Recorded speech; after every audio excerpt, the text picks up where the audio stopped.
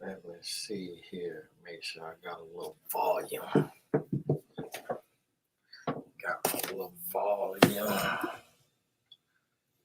Make sure. Get my computer. Let's see here. Let's see. On my desktop today, Myra, God bless you. The chat is only open to the Blessed Tribe members.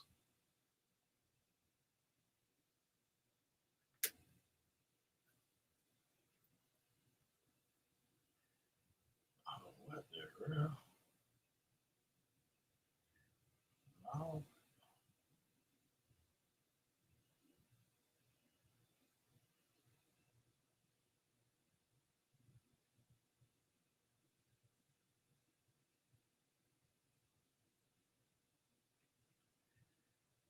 Y'all forgive me. I'm on here learning about commercial real estate with my little office spaces. And I was reading that email. And my office is near a little bar. So it is very interesting to me that people be at the bar drinking in the middle of the week, you know, like Wednesday nights and stuff. That's very interesting. But I guess, you know, hey, you got to wind down from work, I guess. I'm happy for the people having business, but I'm like, man, y'all got work tomorrow? What? I wanted to pop on here. I posted a video earlier today where it's talking about, you know, men getting too nasty. And that's just from, you know, having these conversations and really, you know, hearing about these things. And this the thing. It take two to tango. It take two to tango. So we're gonna need men and women to come together and get the mind right, because a man can't sleep with himself. So that's what we're gonna be talking about this Saturday in class on Saturday school. Just the state of relationships, you know, for singles and how you got to move in this day and age. But I was just very shocked and appalled today in the conversations that I was having about men going to other countries to pay for women, to be with women and being served up, you know, these women. And it is just the lamest thing to me to do such a thing. Like I just can't imagine being so cock-held. I don't even know if that's a word, to where you driven by lust to go around the country to sleep with random women who sell their body to tourists. It to me is just like, it's like you paying to lose your life. Eventually you're gonna lose your life. It's only gonna go so far. You're eventually gonna lose your life. And because one of the women gonna be trying to escape. Somebody said it could be victims of trafficking. No, this ain't that. This ain't that. What I got told today, this ain't the ones where they is drugged and all of that, and you know, scared and shaking. That's an industry. There are women who they've been taken advantage of from a young age, and they decide in these other countries, a lot of it is just like a woman in America stripping.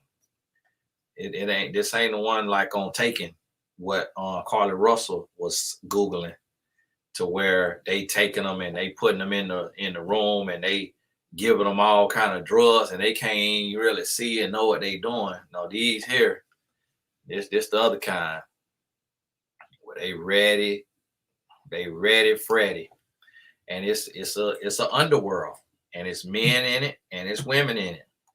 And it's willing participants in this out here today, to where you got the trafficking and stuff going on, but this a whole nother thing. This a whole nother willing participant industry. It's just like the porn industry, just like the stripping industry. And what I really want to talk to is the men. Really want to talk to the men. And the thing about it is I'm gonna be real enough to where it ain't about beating up on nobody, for beating up on these men. But I really want guys who see this here live now or later, and especially, share it with your friends and family. I would say guys 16 and up, is we got to do better. And you have to evaluate your mindset to really ask yourself, how much control do you have over your life if your life is dictated and determined by an orgasm? How much control do you have over your life if your life is a constant hunt on the next time you can have a release? You have no control. And so at that point, you are an addict, and you're no different than someone who is strung out on alcohol or strung out on drugs. And you're still going to have a untimely demise or a very unfortunate situation by being led by the head in your pants instead of the head on your shoulders. And it's very despicable when we think about it and we really come to the human side of things. We start to understand that even strip clubs are disgusting. That is very nasty, to go into a strip club and to watch somebody's daughter. Here goes somebody's daughter up there on the pole and, clapping booty cheeks. And we all know what come out of booty cheeks. So it's like the only woman that a man should want to see clap her booty cheeks is his wife. And even that, that's when she fresh out the shower.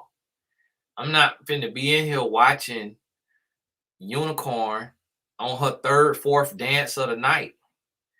And that thing that got moist, that thing done loosen up some of the feces that was pressed in on that skin from her bowel movement earlier. And then men sitting in the strip club eating chicken wings. People coming up, taking out, what can I get you tonight? You can get out my face. Don't bring me no food in here with these feces floating through the air. And men is literally sitting in there indulging and enjoying this and thinking and feeling like y'all kings. Feeling like you a king, feeling like you a dope boy, feeling like you Mr. It in the strip club. That's nasty. And this is the thing, as a man, you got to change your mindset. And whatever you do with a woman,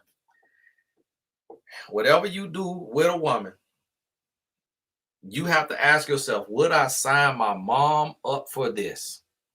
Would I sign my sister up for this? What I do with my wife, I wouldn't care if my mama did that with her husband. If my sister did that with her husband. Meaning, I want to talk to my wife in a way and be with my wife in a way that I would be okay if my sister or my mama husband talked to them in that way, treated them in that way, was like that in that way. Because I love them to no end.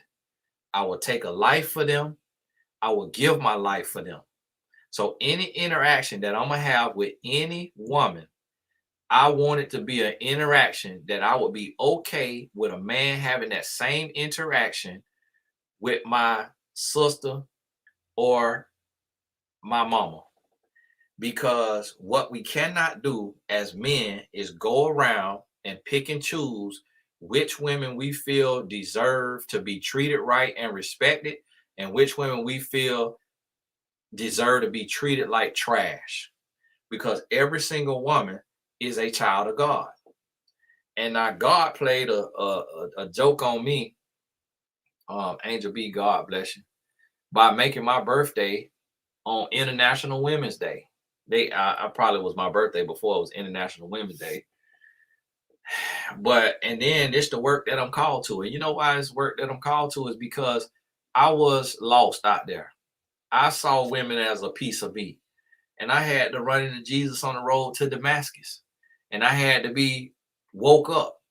And now when I see how we moving as men, I'm realizing this is why we unfit to lead. This is why our daughters can't look up to us, or sons can't look up to us because of how we moving. We in the strip club throwing money. When you take and you put that money that men throwing in the strip club on the stock market, every man will be a millionaire. Every man in their family will be a millionaire. If the money that's spent in the strip club, the money that's spent on porn, the money that's spent on escorts, the money that's spent by passport bros could make everybody in their family a millionaire by investing in a Roth IRA for them next 30 years that they wasted that money. They could have been putting that money in an IRA and letting that compound interest build up. And then when it's time to retire, they sitting on an M or close to it. And some will be over it probably, depending on how early they start. But yet here we are as men, we spending billions of dollars a year on the sex industry. And it's just absolutely ridiculous. Like, and then got the nerve to be mad with women for not wanting to cook or not wanting to clean and not wanting to submit and not want to do all this. But we taking and reinforcing debauchery. We taking and we reinforcing the strippers, the escorts, the porn stars.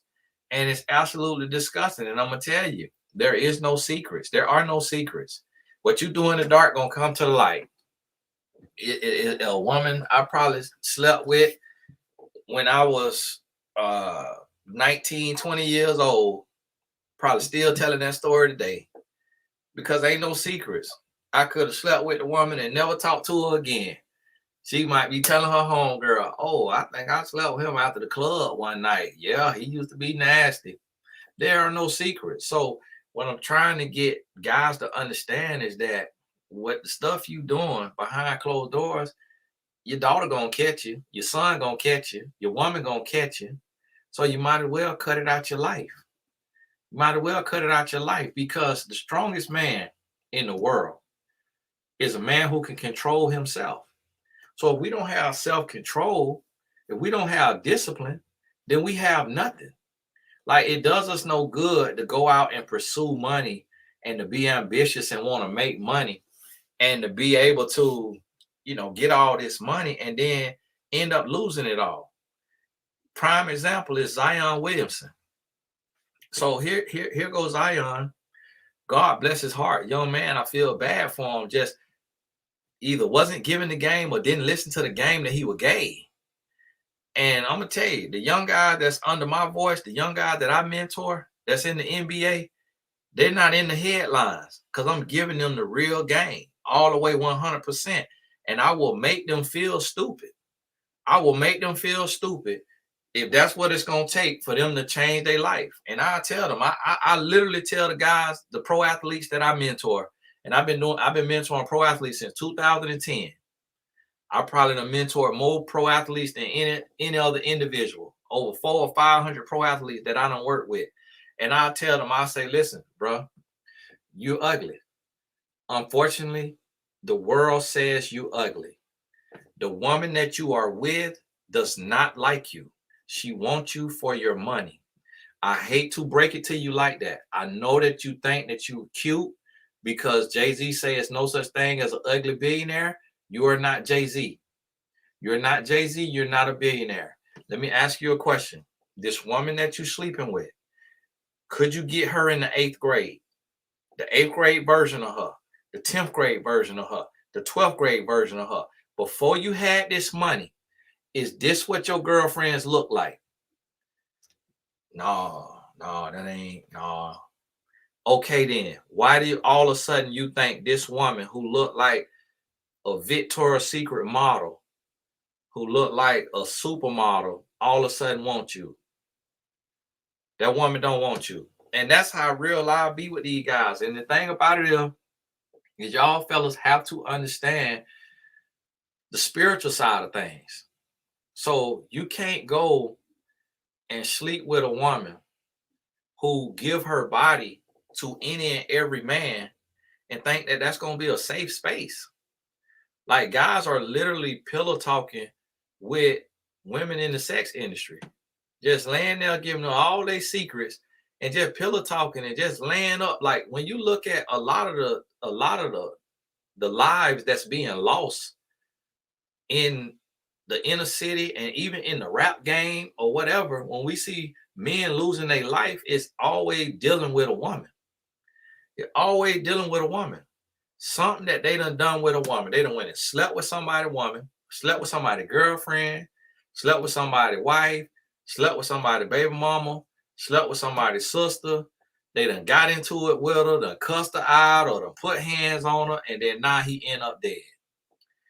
And I'm here to tell you, man, it's just not worth it. We have to start thinking with our head that is on our shoulders and not the head that is in our pants.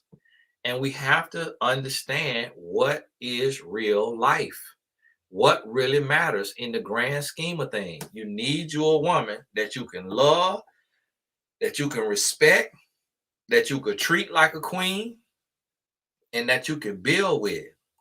All this trying to pick a model and trying to pick these strippers and these escorts and these porn stars. And this the thing, this everyday men too. It ain't just the millionaires, but an everyday man could have a little bag to his name. He might have 10 grand.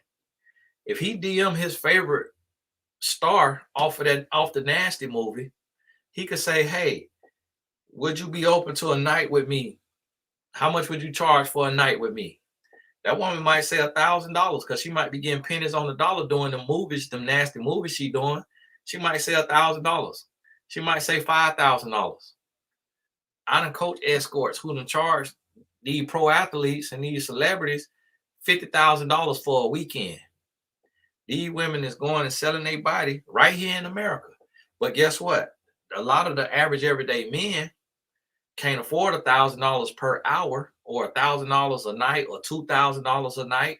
I done coached a woman who was in that industry, and she said she charged $1,000 an hour and $2,000 an hour if you want to do it unprotected. Now, you already know if she finna do something unprotected for some more money, eventually she finna sell you AIDS. Eventually she finna sell you genital warts. Eventually she finna sell you something that the doctor ain't gonna be able to take care of. And if you ain't got Magic Johnson money, then you're not finna make it like Magic. And to be honest with you, Magic was so early with that diagnosis, it could have been a misdiagnosis. And they just ain't never want to come out and say it because he became the spokesperson for HIV and how you can overcome it. Now, Magic put that weight on. Magic looked like he ain't never seen HIV. But that ain't going to be your grace. You're not Magic Johnson. That's not going to be your grace. You're going to be burnt up. You're going to be shriveled up. And you're going to be on all this medicine. You're going to have diarrhea. You ain't going to be able to hug your kids. Just because you don't really know how this thing spread that you got. This syphilis, this tuberculosis. It just, we just so nasty as men. And it even come down to, and this one I'm going to tell y'all mothers. If you have a son, I'm going to tell you, do like my wife. My wife get on my nerves with this. Like my sons, it don't matter what their day has been like, they got to take a shower. But you know how many boys don't take a shower every night? You know how many boys don't brush their teeth in the morning and at night because they're not being overseen?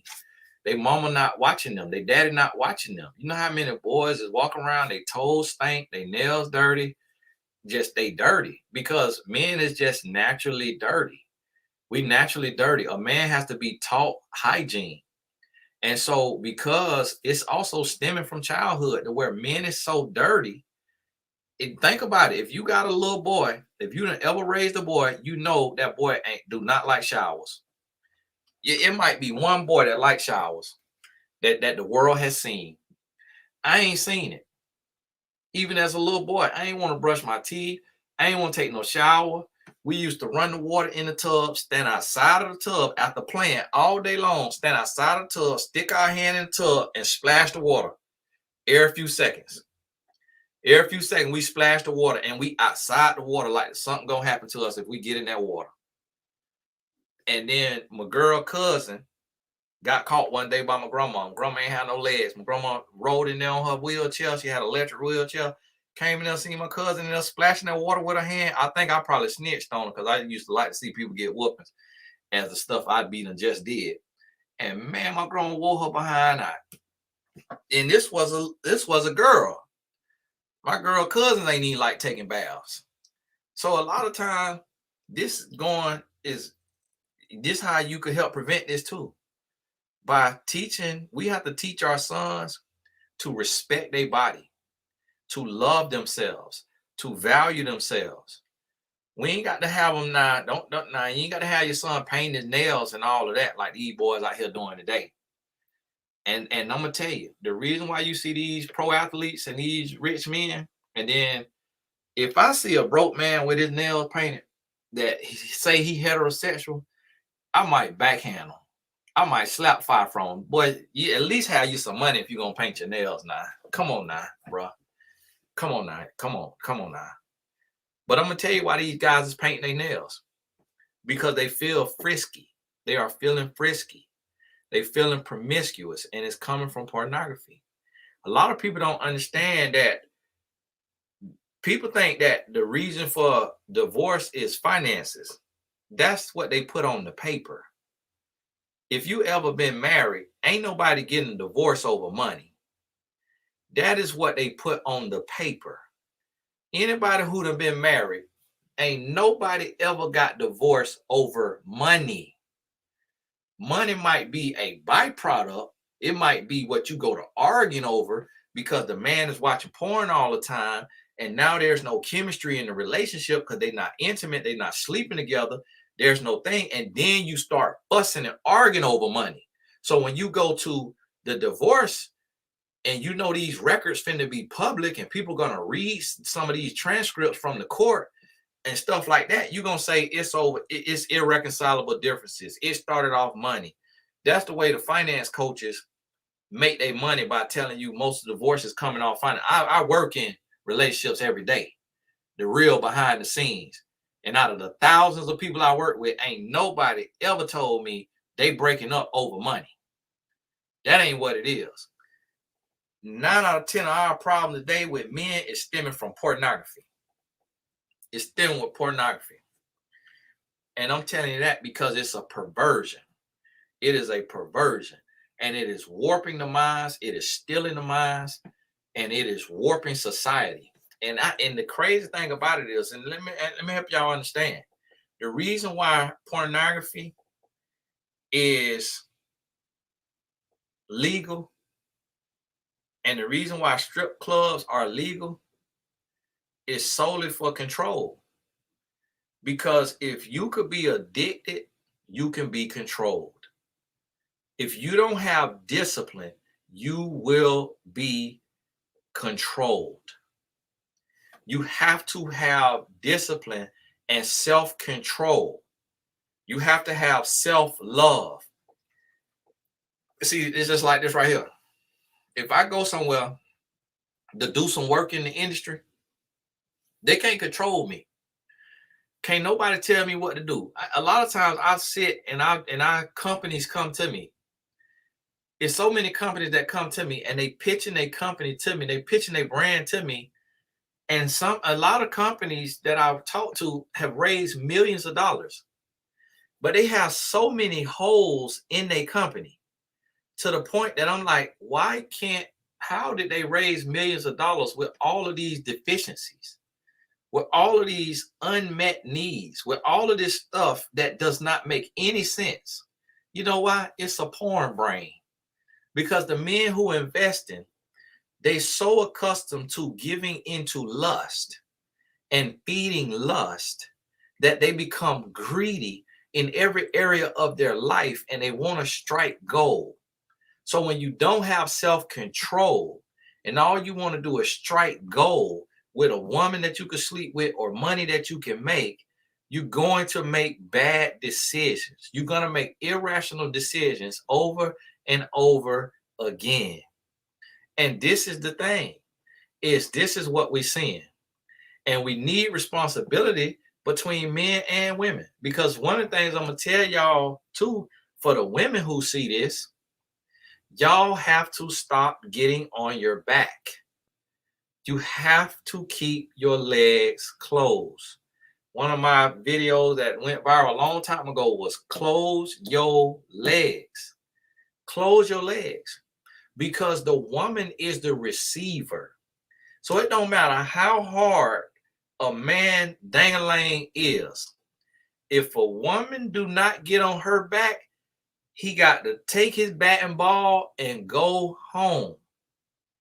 But when a man got something to insert himself into, then it reinforces his weakness, his ignorance, his zeal for lust. It reinforces it. And so we have to hold each other accountable. So if you see this man has been turned over to a reprobate mind, you see that he is lost, broken, confused, hurting, trauma-ridden, don't become his hospital with your legs open.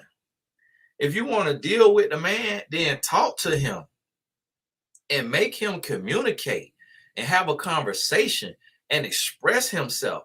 And y'all stay off your back. To every stripper, send this to every stripper, every porn star, and every escort. Y'all need to go and take a lash class. Learn how to sell weave, learn how to install extensions, learn how to do glue ins, sew ins. You could do the man units. Men is putting them units on their head. Learn how to do microblading.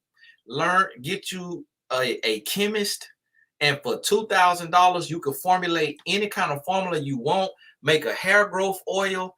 It is too many ways to make money for y'all to be stripping and to be selling your body.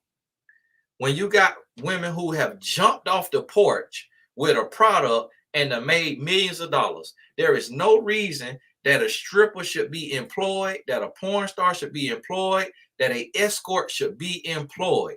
Y'all do not have to be selling y'all body to these sorry, dirty, dang-a-lang, nasty, degenerate men. This should not even be an industry. We should not even have to protect our kids from this. And guess what? Our children is watching this stuff.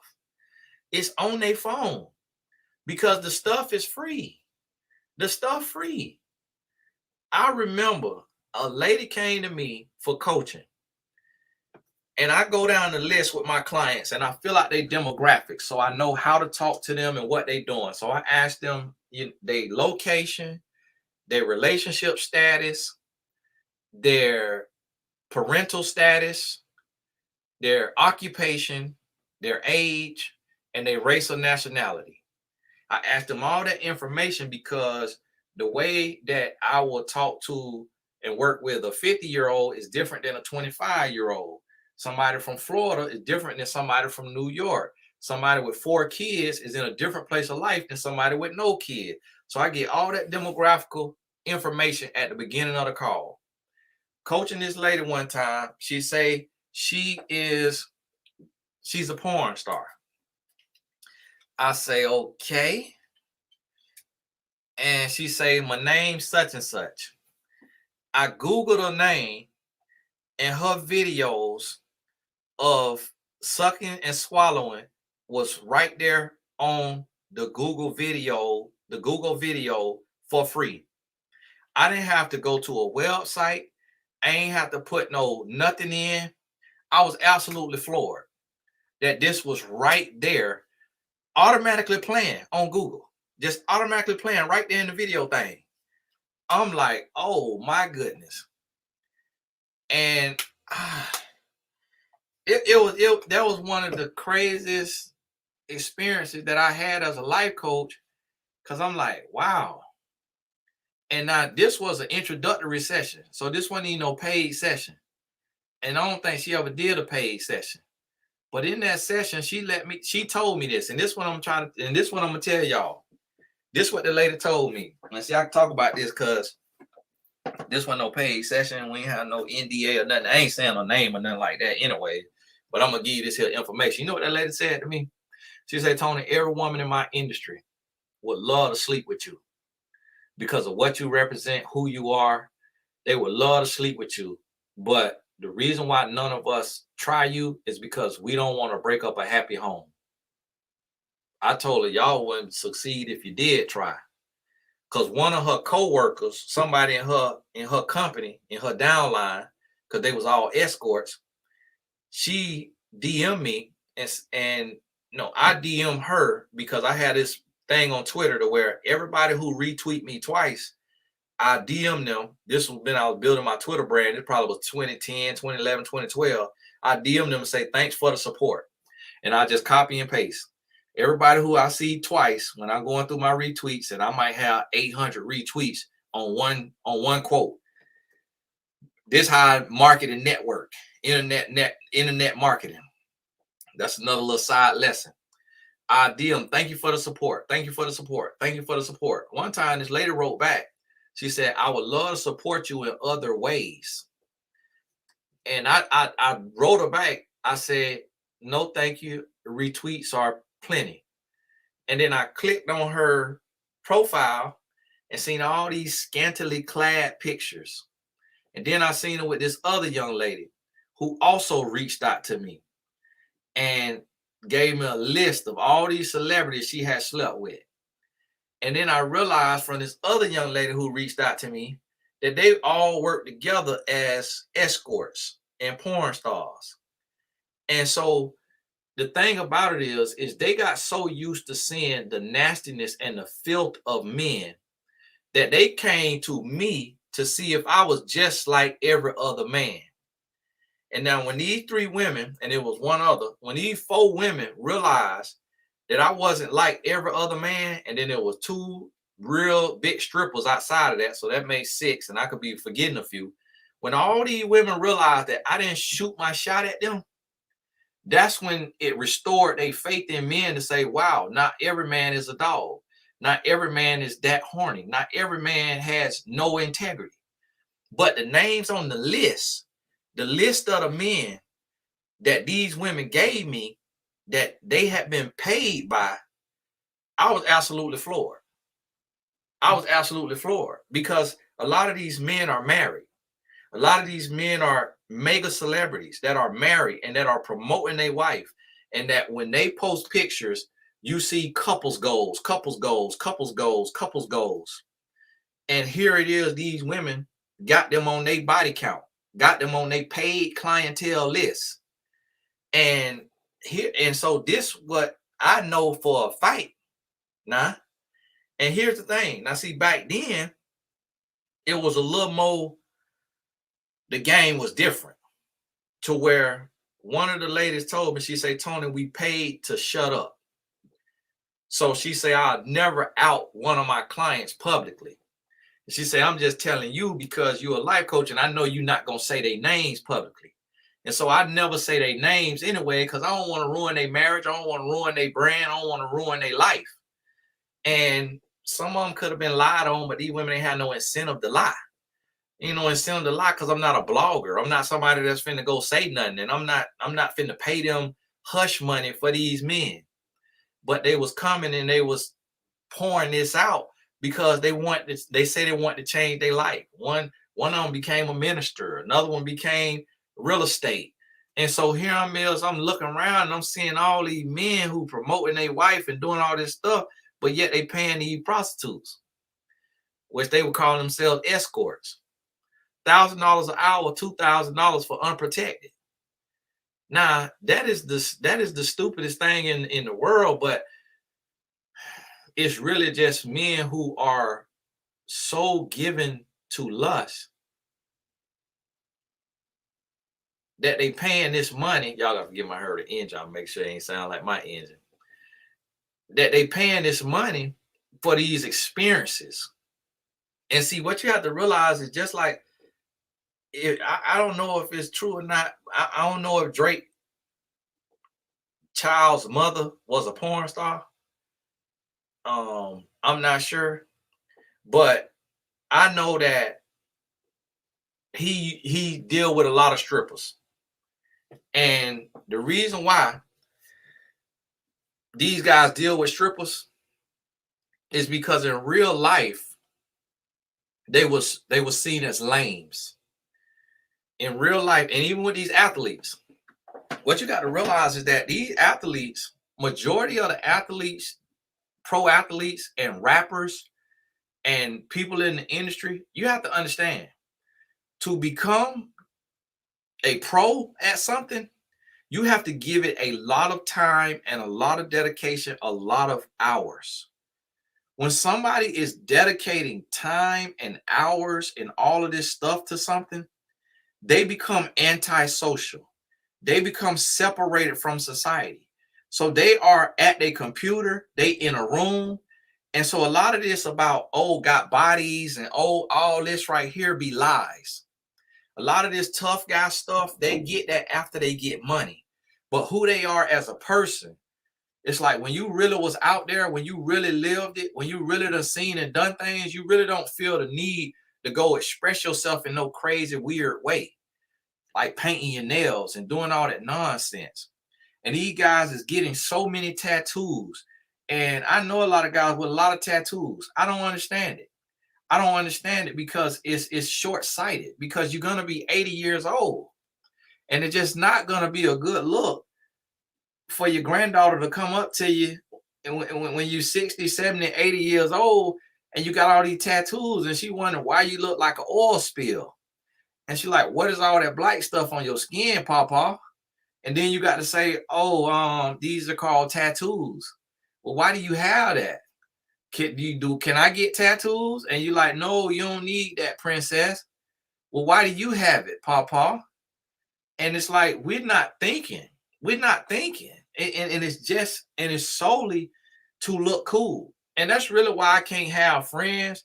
That's really why I can't be in no in crowd. That's really why I can't be in no industry, because I got to tell the truth. I got to tell the truth, and I got to call out the idiocracy. And I remember asking a pro athlete, I sent him a picture of himself. I sent him a picture of 3 other guys.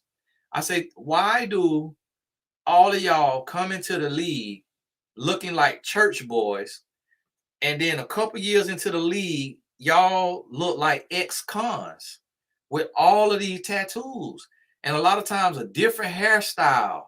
Like now you got locks or twists, and you got the nappy fro, the nappy beard, all the tattoos. What is the point of this? We're in a society today to where men are lost. Men are lost today.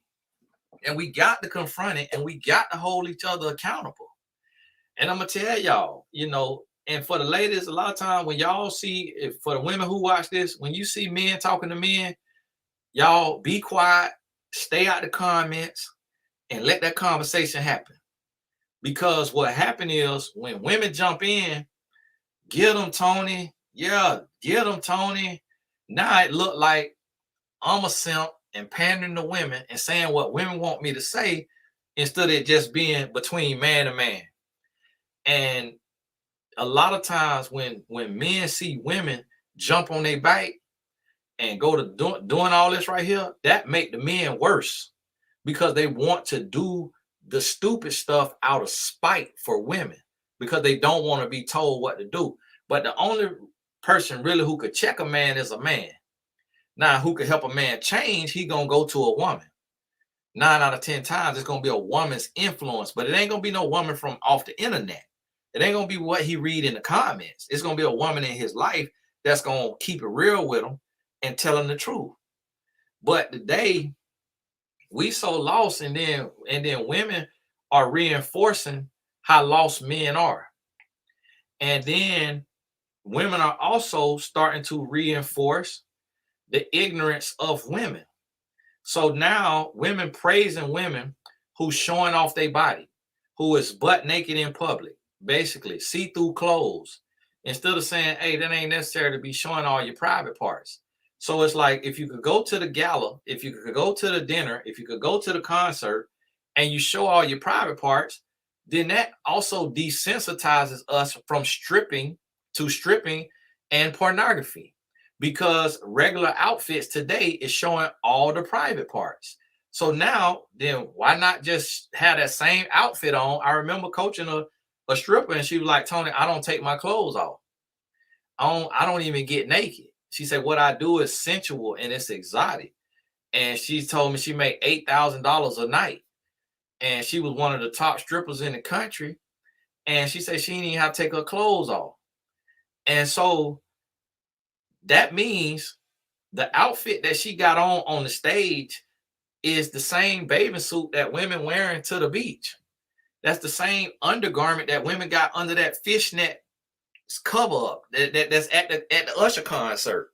And so now we so desensitized because we don't understand the difference between private and public. What's a private part and what is a public part? So we showing all our privates and we doing all this stuff, and then now we desensitize, and then we want to look stupid when our child is 16 years old, 13 years old, and addicted to pornography. When we done set the tempo, we done set the pace, we done normalized the stuff. Like, I'm literally walking around town and I'm seeing young ladies that is like 12 years old, 13, 14 years old, with the bottom of their booty cheek hanging out. And a lot of these young ladies is walking with their dad. They with their dad. Now, the ones I've seen like that is Caucasian. I haven't seen a African American or an Asian with their dad. I've seen some Hispanics. We traditionally know Hispanic women to be very, sexual in how they present themselves, tight, everything. And I remember talking to my wife, and she was telling me about her friend that's from Venezuela, and was saying that it's normal to have a thong bathing suit in Venezuela.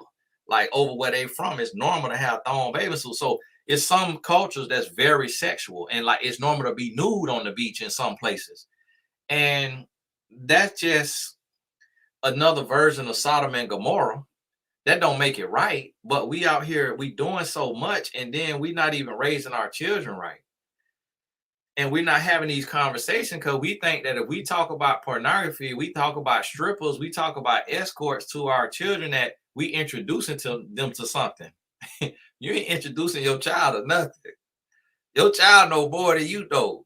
Your child know about more than you know. You ain't introducing your child to nothing. And you know why? When you talk to your child about this, they start to say, no, stop, my stomach is hurting. You know why they say that? Because you confronting that spirit. And it's uncomfortable, and it get painful when you confront that spirit. And because you calling them out, you taking that veil off their face, and they like, whoa, how the world I got access to this here pornography? Who done put you on game? I'm thinking my son tried me like that one time. Talking about, you ain't never had cold water in the middle of the night? I said, what you doing getting up in the middle of the night? Yeah. Let's have that conversation more, boy. I talked to my son about sex and everything at 9 years old. At 9 years old. You know why? Because I'm from the old school, and that's when I got started. 9 years old. 9 years old. I was under the bed, hunching, doing everything. 9 years old. Really was doing it from 5 years old. So I'm like, if he got technology, I ain't had no cell phone when I was 9. And I was out there. We just had magazines, and then later had VHS that we could get a hold of. So I'm like, if I was doing that back then, if we around here hunching, what these kids doing today when they got tablets and cell phones from 6 years old? They know about all this stuff. And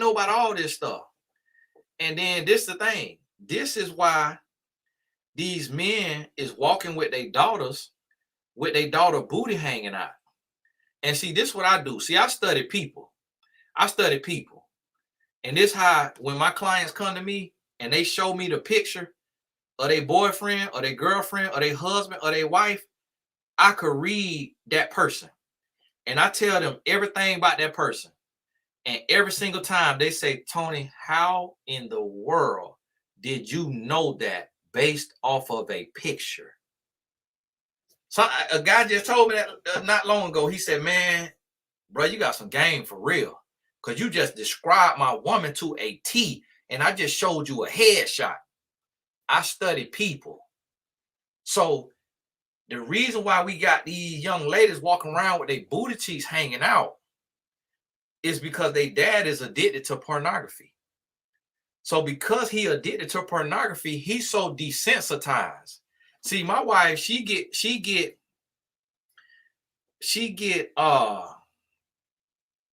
uncomfortable with me when I say something to her like, "Hey, baby, I ain't cool with them shorts. Them shorts too tight. Them shorts too short." She want to get that. She'll go to getting that modern woman attitude, and I'm like, "See, do what you got to understand about me. I don't watch pornography, so I don't see a woman like that. These men who letting their woman go out the house looking like they just got off the pole without saying something about how the male mind work and how men gonna be looking at them and how one day a man gonna walk up and try them." And so now I'm like, listen, you put me in harm's way, because if a man feel like he got the right to just walk up and grab your booty because of your outfit, he reading this cue as, "Oh, you want attention. Oh, you want something to be seen." Now, hers don't be that bad. It don't be half as bad as what be out there. But me, I'm conservative, so I'm gonna speak on it. And you could call me controlling, call me whatever you. I got sense, and I work in the real world, and I see what's happening. And so, because I don't watch pornography, I don't objectify a woman. So I don't want my woman walking out the house looking like no object. So I speak up and say, "Listen, I don't think that's appropriate." Then guess what? She gonna put on some jean shorts. They still be short, still can see thigh. They still look sexy to me, but it's better than them Lululemon short leggings that is way too tight, and you can see every vein and every cellulite and everything, the blood coursing through your veins is way better than that. Like, my woman, no, you ain't finna walk no how with no camel toe. If you will, you need to have an oversized t-shirt, because this you just invite unnecessary men to come up and say whatever, do whatever, and now you might take and turn this man down. And now how we seeing this right here? We're seeing men take women life because he want to walk up and approach her, and then she say, "No, I'm straight, I'm taking," and then he hit upside the head, or he knock her out, or he take her life because his feelings hurt because he did it in front of his boys and he got embarrassed. So it's like we also have to use wisdom and not just feel like, oh, everything is about my agency of my life. Let me do what I want to do. All this, this my body, my choice. I wear what I want to wear, look how I want to look, and you don't get the right to say nothing to me or touch me because I got this on. Listen, you have to use discernment. You got to assess risk. So I could say, "Hey, this my car. I could go where I want to go." But if I pull up on zone 6, or if I'm on 63rd or 64th, and I know this is a high crime area, then I'm inviting the wrong type of attention just to show and to flex my agency. And that's what's happening today, is women is becoming way too sexual, way over sexualized. And the reason why is because now women are going to the strip club, and women are also watching pornography. And that's coming from their man. And they man got them into the strip club. They man got them into pornography. So now men is brainwashing women. And it's just like the man who they say is on the sex trafficking, who they trying to get for the sex trafficking, Andrew Tate. Like they said about OJ, he did it. He did it because here go the thing. He done said out his own mouth that he had a webcam business with these women who was on the webcam. All that did was metastasize and grow into something bigger. And now they trying to say he doing sex trafficking. And he trying to say that they just after him. They just want him. They trying to shut him up. Listen, my voice just as powerful. I'm giving more game than he done thought about giving. They ain't pinning me with no sex trafficking case, because that's not how that work.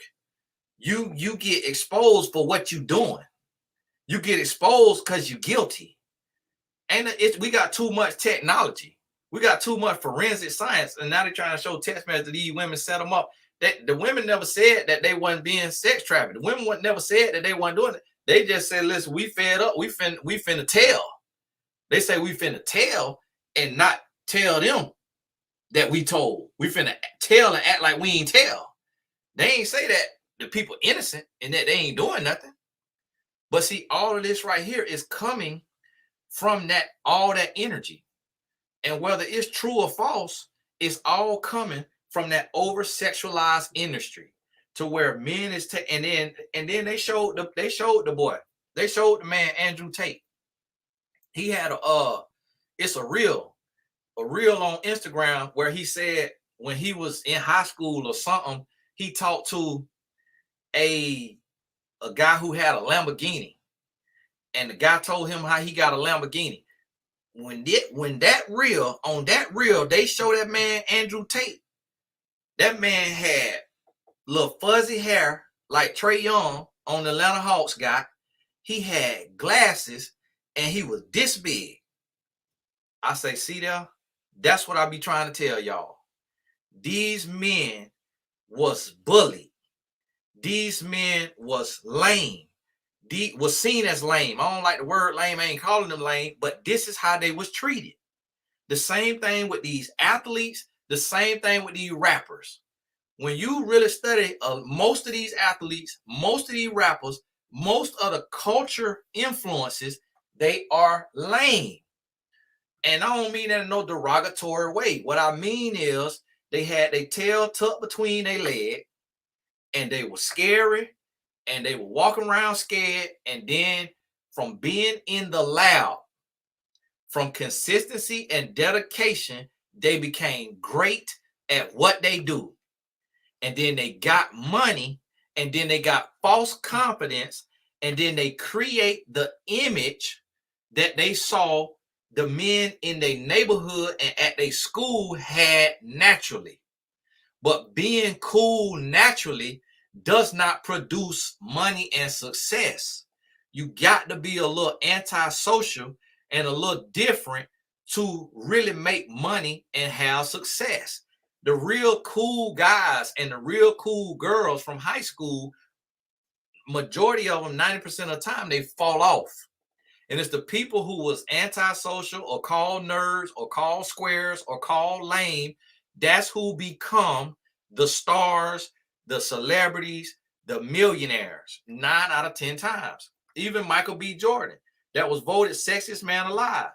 That lady from the radio went on the radio and said she went to high school with him, and said that he used to walk around with a headshot, and basically was calling him corny. So when she went to interview Michael B. Jordan, he said, "I know who you are. I was corny, huh? I was the corny one, huh?" She was like, "I didn't say that. I didn't say that." But look at Michael B. Jordan now. This lady called him man corny and tried to take it back when she was in front of him.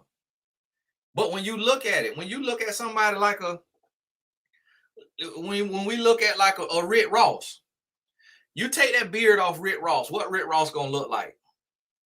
You take Drake beard off, what he gonna look like? You look at Drake from Degrassi. So now guys look up to Drake and worship him like he the king of getting women.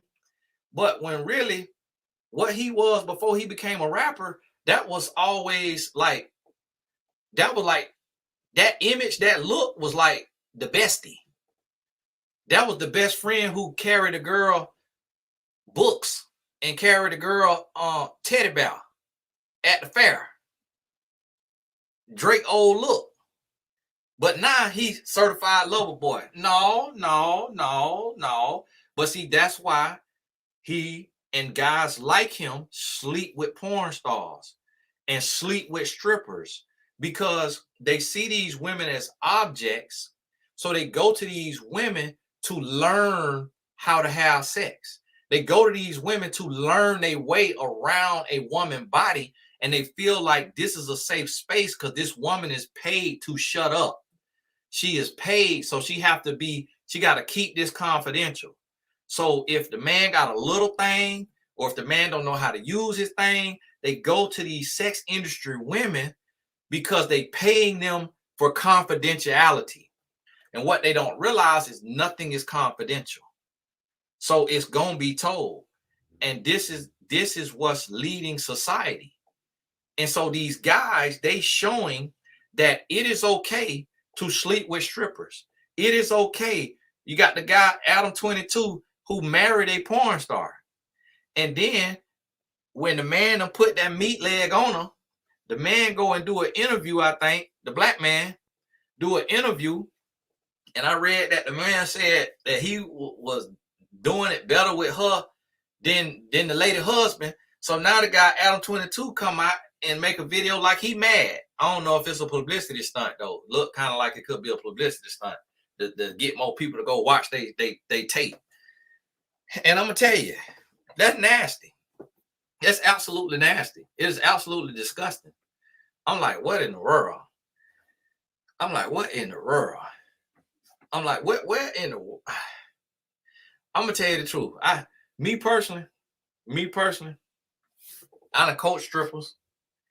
I done coach porn stars. I done coach escorts. Now, some of them came to me and said they wanted to change their life. I don't know who all to change their life. Some of them could have came just to see if I was going to shoot a shot.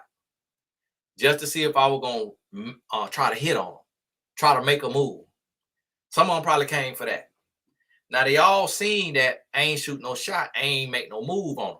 So then they seen, oh, a man can grow. A man can change. But listen to the thing. When I was out there in the world, I ain't never sleep with no stripper. I ain't never sleep with no porn star. I ain't never sleep with no escort.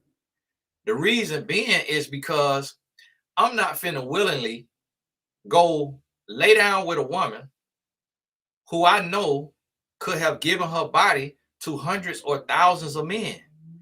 That's like me just going to sign up for an STD. I might as well go jump off the Golden Gate Bridge. I might as well just sit down every night and play Russian roulette with my gun. Like, if I'm going to go do that, that's the dumbest thing in the world. And then the thing about it is men not thinking that there's such thing as the straw that broke the camel's back. So these women that's in this industry, they don't want to be in the industry. That ain't what they dreamt of as no little girl. That ain't what their mama wanted them to be. That ain't what their daddy wanted them to be. That ain't what their grandma wanted them to be. So they come to a day to where they're going to take and they're going to say to themselves, they're going to say, you know what? I'm broken. I'm weak. I'm lost. I'm hurting. And these men is taking advantage of my trauma. These men are taking advantage of me hurting. And the next man that try me, the next man that become my client, I'm finna latch on to him. And if he don't take care of me, I'm going to destroy him. Because this ain't fair that these men, this is what these women saying now. This ain't fair that these men get to go out here and gallivant like they God's gift to earth and God's gift to women. And then I got to sit over here crying myself to sleep because I'm selling my body. And I'm being used and abused and taken advantage of while that's what these women saying. So they looking at these men who is out here, they out there getting praised for being the world's greatest husband. And they posting their wife and they showcasing their wife. And people in the comments, couples goals.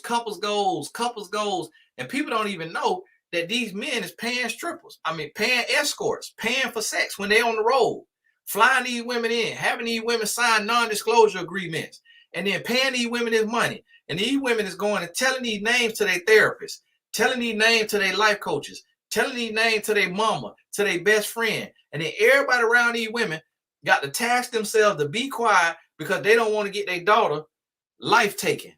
They don't want something to happen to her. So that all us night, we got to be quiet. And then these women get to see these men go get endorsement deals, go make all this money, and then get them pennies on the dollar for them to get on their knees or open their legs or do whatever. And the straw gonna break the camel back. They come to a place to where they say, I'm fed up. I'm tired of being used. And that's what the young lady is doing to Zion Williamson. She says she is fed up. She tired of being used. She tired of being lied to. She tired of being this, that, and that too. And he done gave her some promises. She tired of broken promises because it's been too many men that done been inside of her and done made a promise while they inside of her and then got up and didn't keep that promise. And she say, you the last Negro that's finna make a promise to me and not keep that promise, and I'm finna cost you everything. And the thing about it is, what people don't realize about brands is that any allegation that's made about you, the world have to believe 50% of it. It could be 100% false. The world have to believe 50% of it. The world is going to believe 50% of it. So now, because of this young lady coming out and saying this stuff about Zion Williamson, it could all be fake. It could all be a lie. But guess what? The company can't bet that it's a lie. So this here candle company, Santa, no, who this is? Lelabo. They was finna go to Zion, and I'm making this up now. They were finna go to Zion and give him $10 million and give him his own fragrance so that all the New Orleans fans could get his fragrance of that candle off the table. This here microphone company, sure, they were finna go, hey, y'all send me a check now. They were finna go to Zion and give him $10 million to start a podcast using their mic off the table. This here tripod company. This here car company. All this stuff, it is hundreds of millions of dollars that young man done lost for following his little head. Because even if all of it is fake, that woman shouldn't even have that man's number. She shouldn't have ever been in his vicinity. And this what I'm trying to tell y'all boys, because this is happening on an everyday level. This is happening on an everyday level. It ain't just a multi-millionaire level. This is happening on an everyday level where men is following they little head like Toucan Sam follow his nose, and they getting on Snapchat and they getting on these social medias and they is paying these transvestites. Cause I done coach women who they done found they man paying transvestites for dangling pictures. And these men is pro athletes. These men is celebrities. These men is perceived macho men, bravado, machismo. These is men who are seen as alphas. And they paying for dangling pictures. They paying $100 for a transvestite dangling picture. They paying $200 to see the transvestite jike it off. They paying $300 to see the transvestite stick it in another man behind. And this is the state of men. And this is your principal. This is your police officer. This is your pastor. This is some of y'all husband, some of y'all son, some of y'all brother. This is the debauchery that's going on. And if you as a man watching this and you into this foolishness, you is nasty and you need to be ashamed of yourself. And I'm sending you a warning right now, just like I sent the man who passed away, Kevin Samuels. I sent him a warning. I sent him a clear and direct warning. And I said, listen to me. I said, stop doing what you're doing because you are aligning yourself against God. When you are ridiculing women for saving themselves until marriage, you are shaming these women into sin. So you are telling these women to choose your word over the word of God. So you are now becoming in direct opposition to God when you are teaching the things that are contrary to the Holy Bible. And that is not something you want to play with. The people on my channel who watch my channel saw that video and heard me send that warning.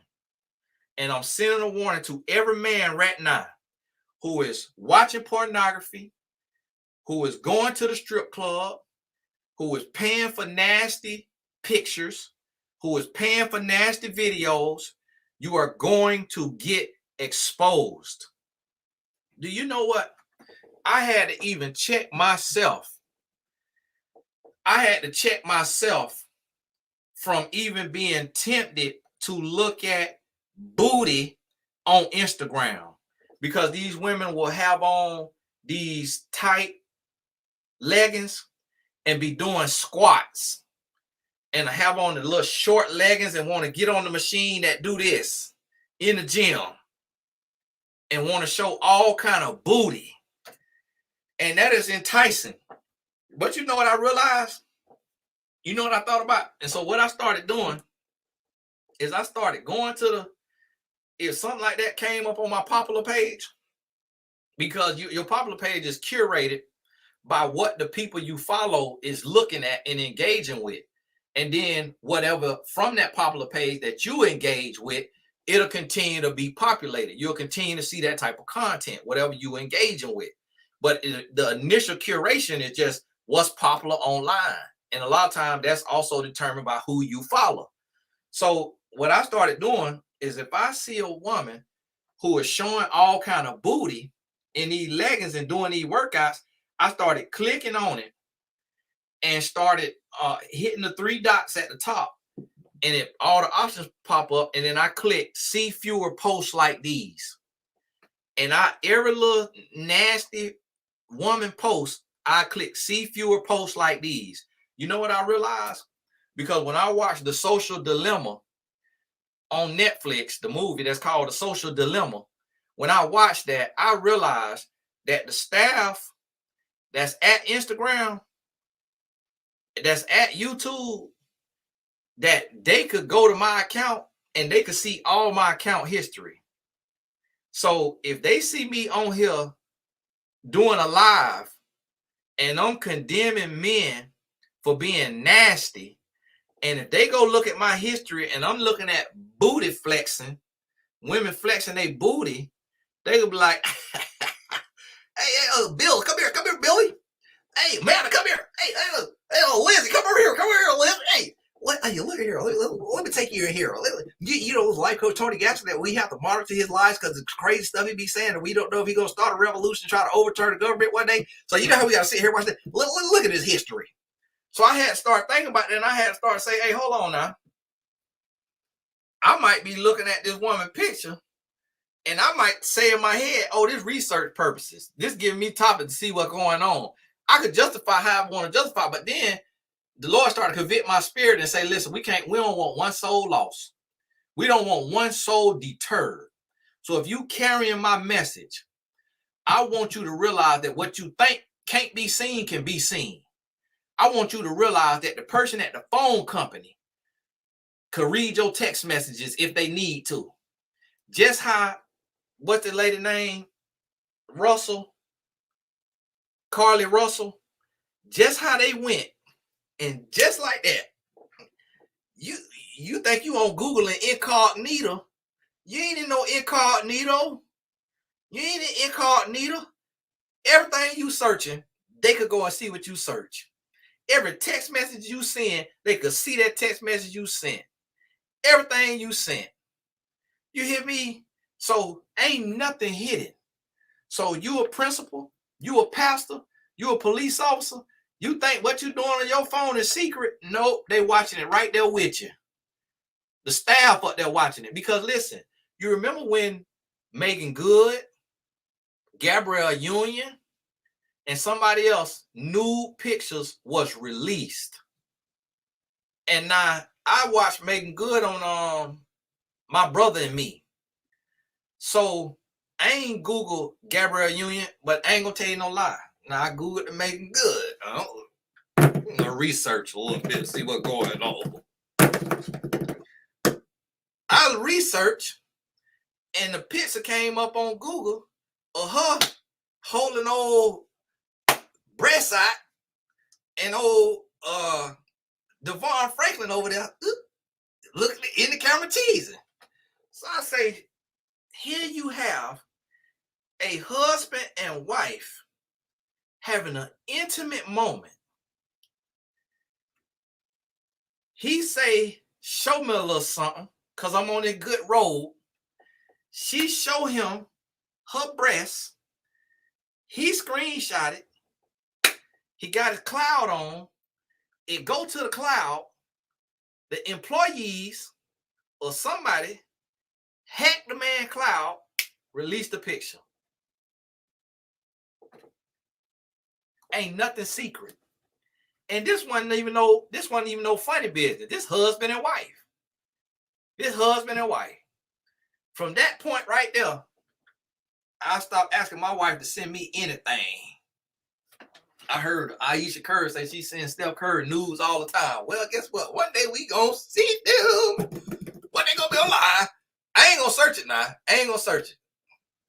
Now that right there, look that up, cause like the pastor, why?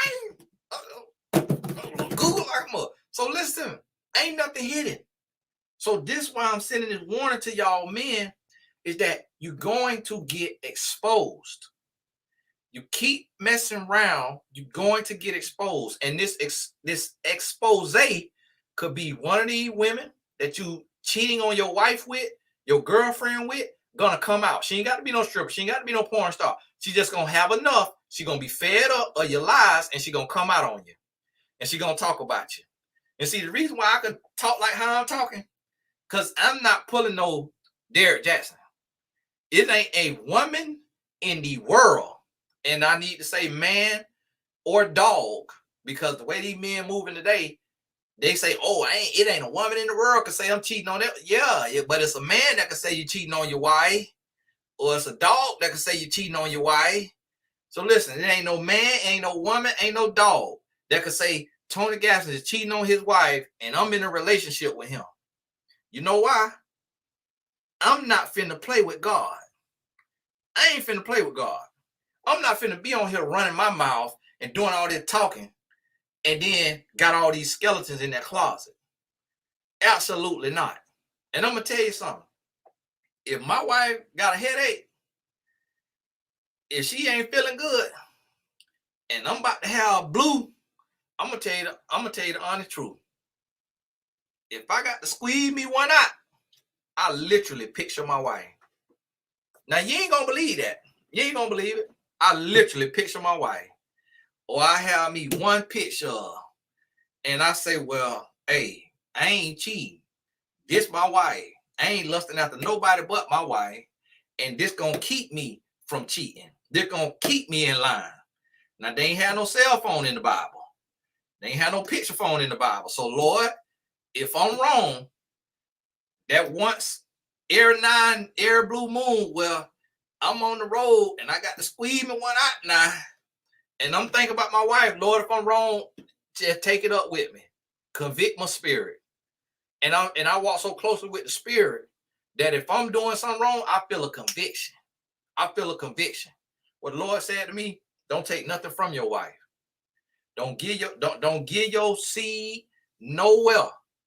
Not even by yourself with your hand. If that's gonna steal your libido and I know it's libido. I just be putting an A back there. If that's gonna steal your libido to where you don't have the energy to come on to your wife, to be affectionate to your wife, don't take nothing from your wife. And the Lord quicken me or speak to my spirit and give me the instruction. And see, this is the thing. What I'm trying to tell you is you can mess around as a man and be into that pornography. Something can happen to you.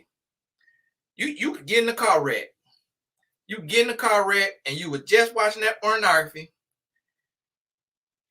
on break, and your wife got to come up to that wreck and she go in your phone and boop, Bumblebee Triple X pop up. And your daughter standing right there with her. I'm going to tell you, the wages of sin is death. And it might not be no physical death, but it's going to be a social death. It's going to be a social death at the least. You got to stop playing around. We have got to stop being nasty.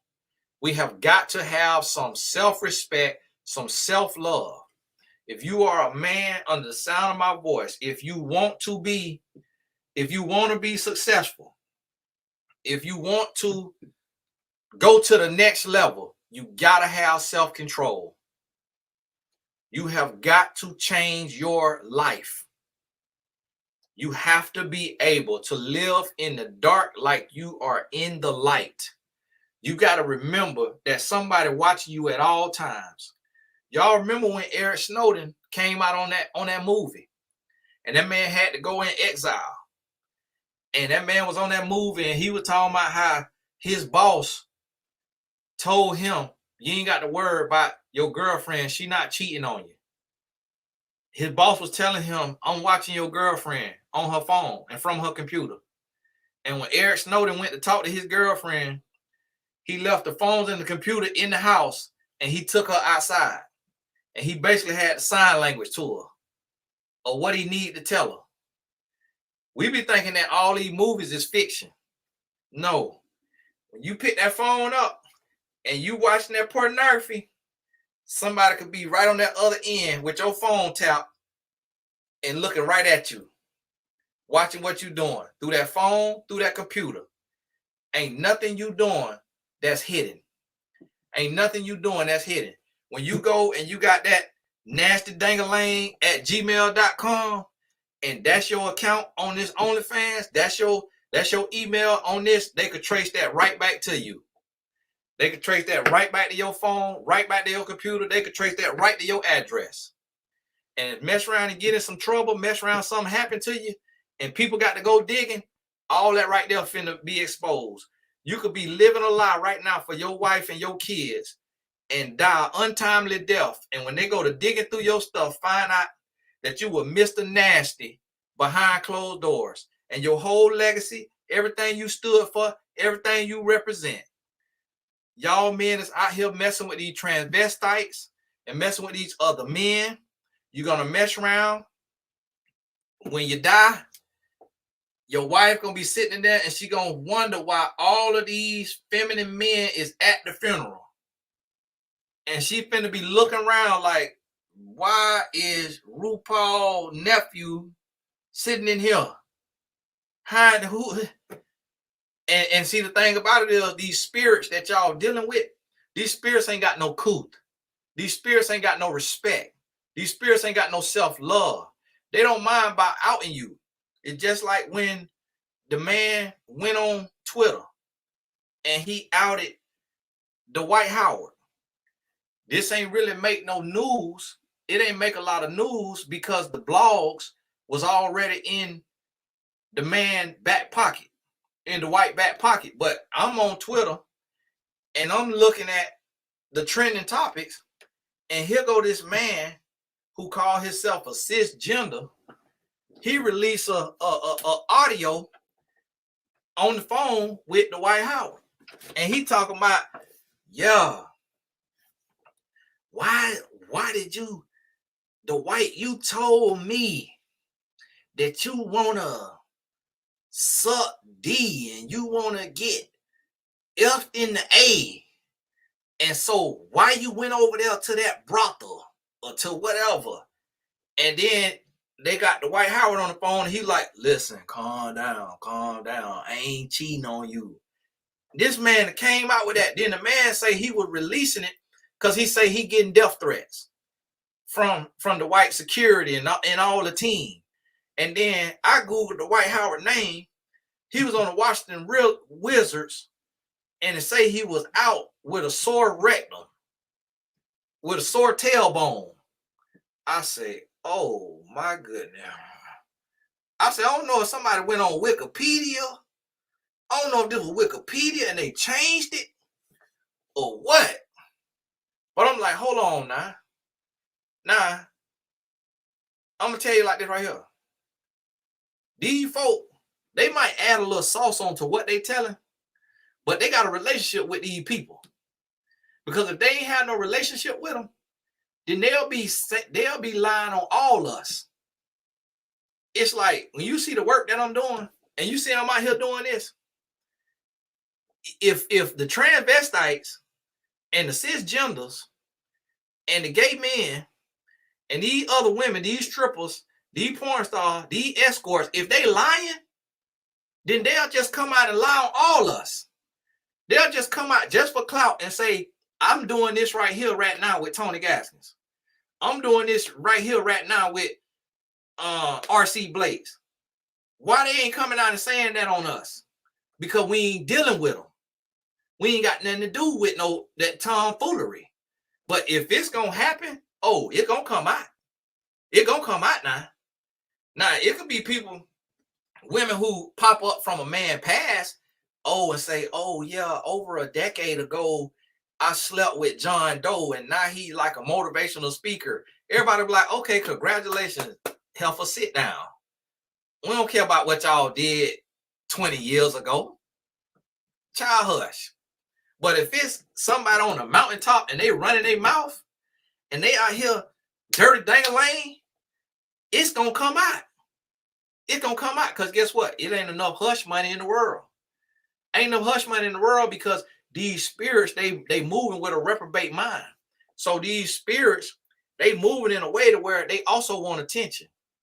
They also, just like the boy who posted, who was selling them pumpkin pies from Walmart and charging people $250 for the 7-course meal.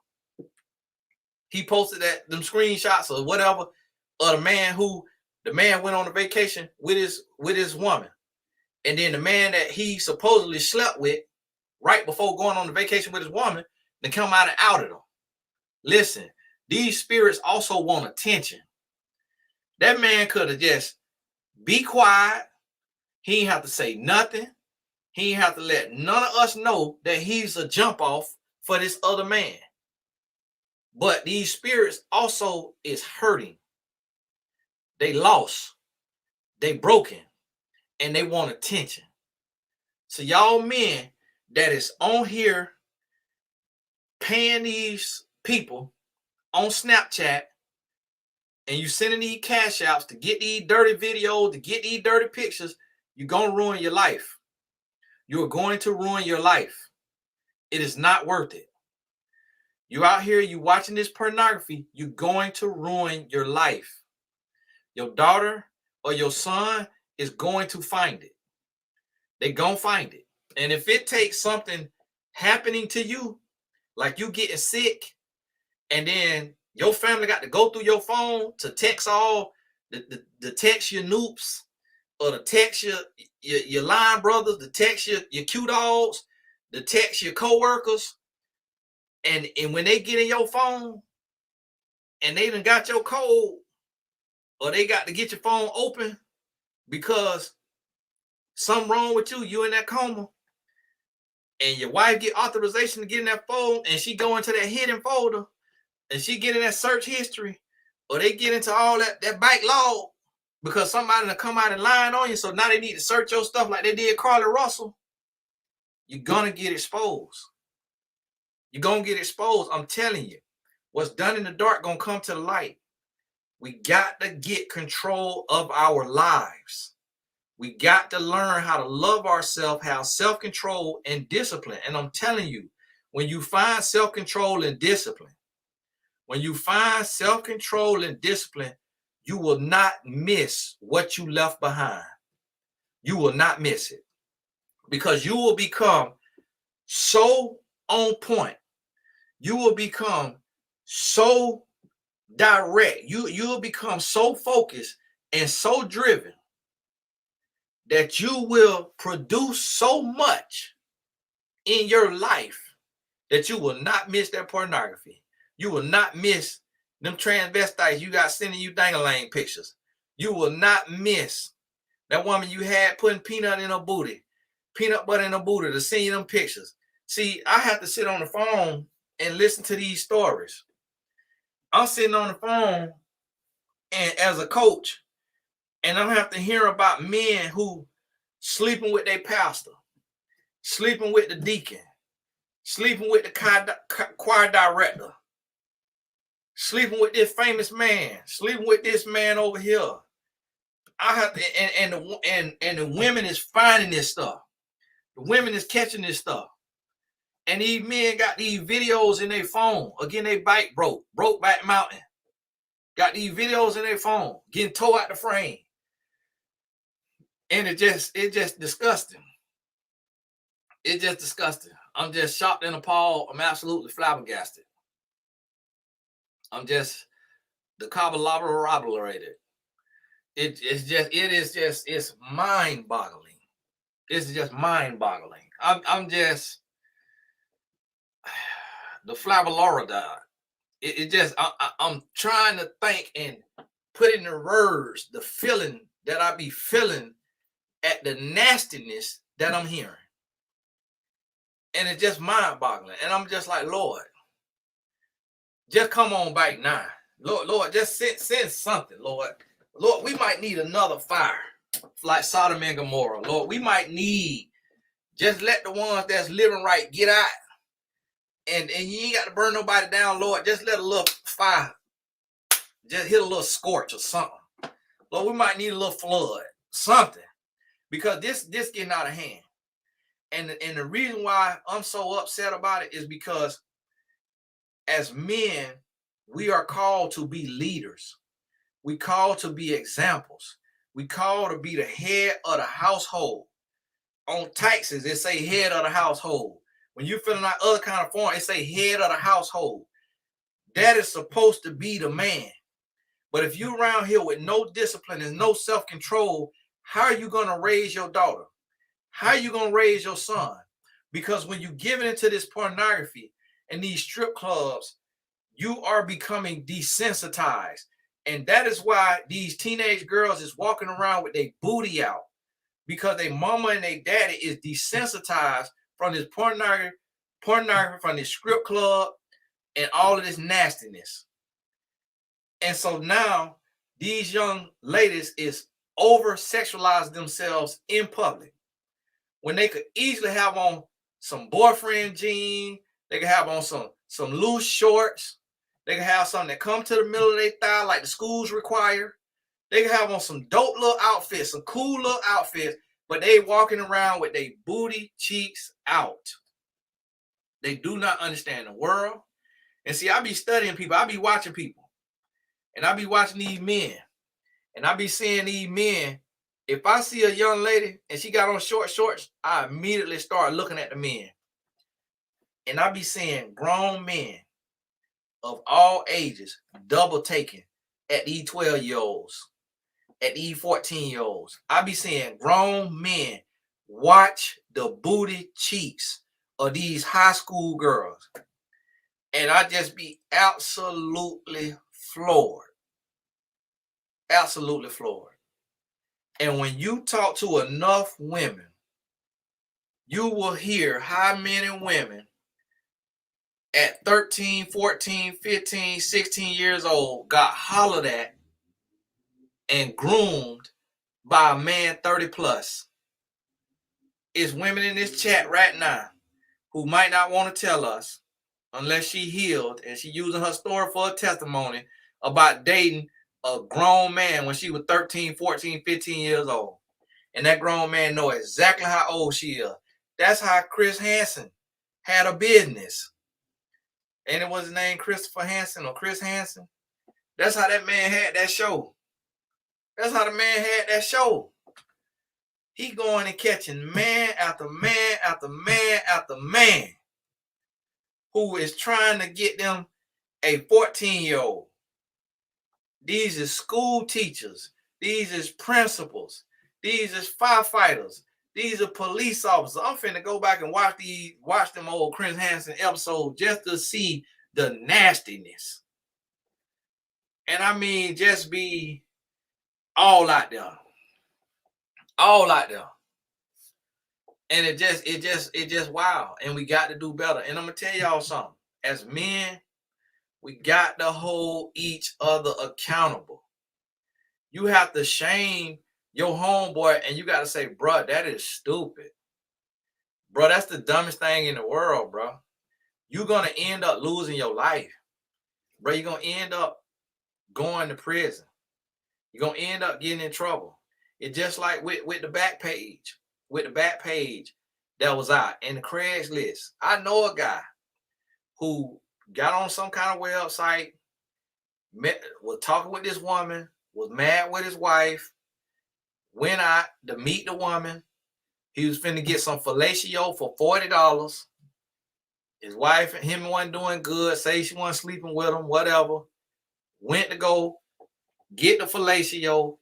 Turned out it was a sting. It was a police setup. Next morning, the man on the news. The man on the news for trying to buy a prostitute. Got 1 million kids. Got a wife. Supervisor at the job. But of course, you know, he got a slap on the wrist because it wasn't no underage. He was going to meet up with a grown woman.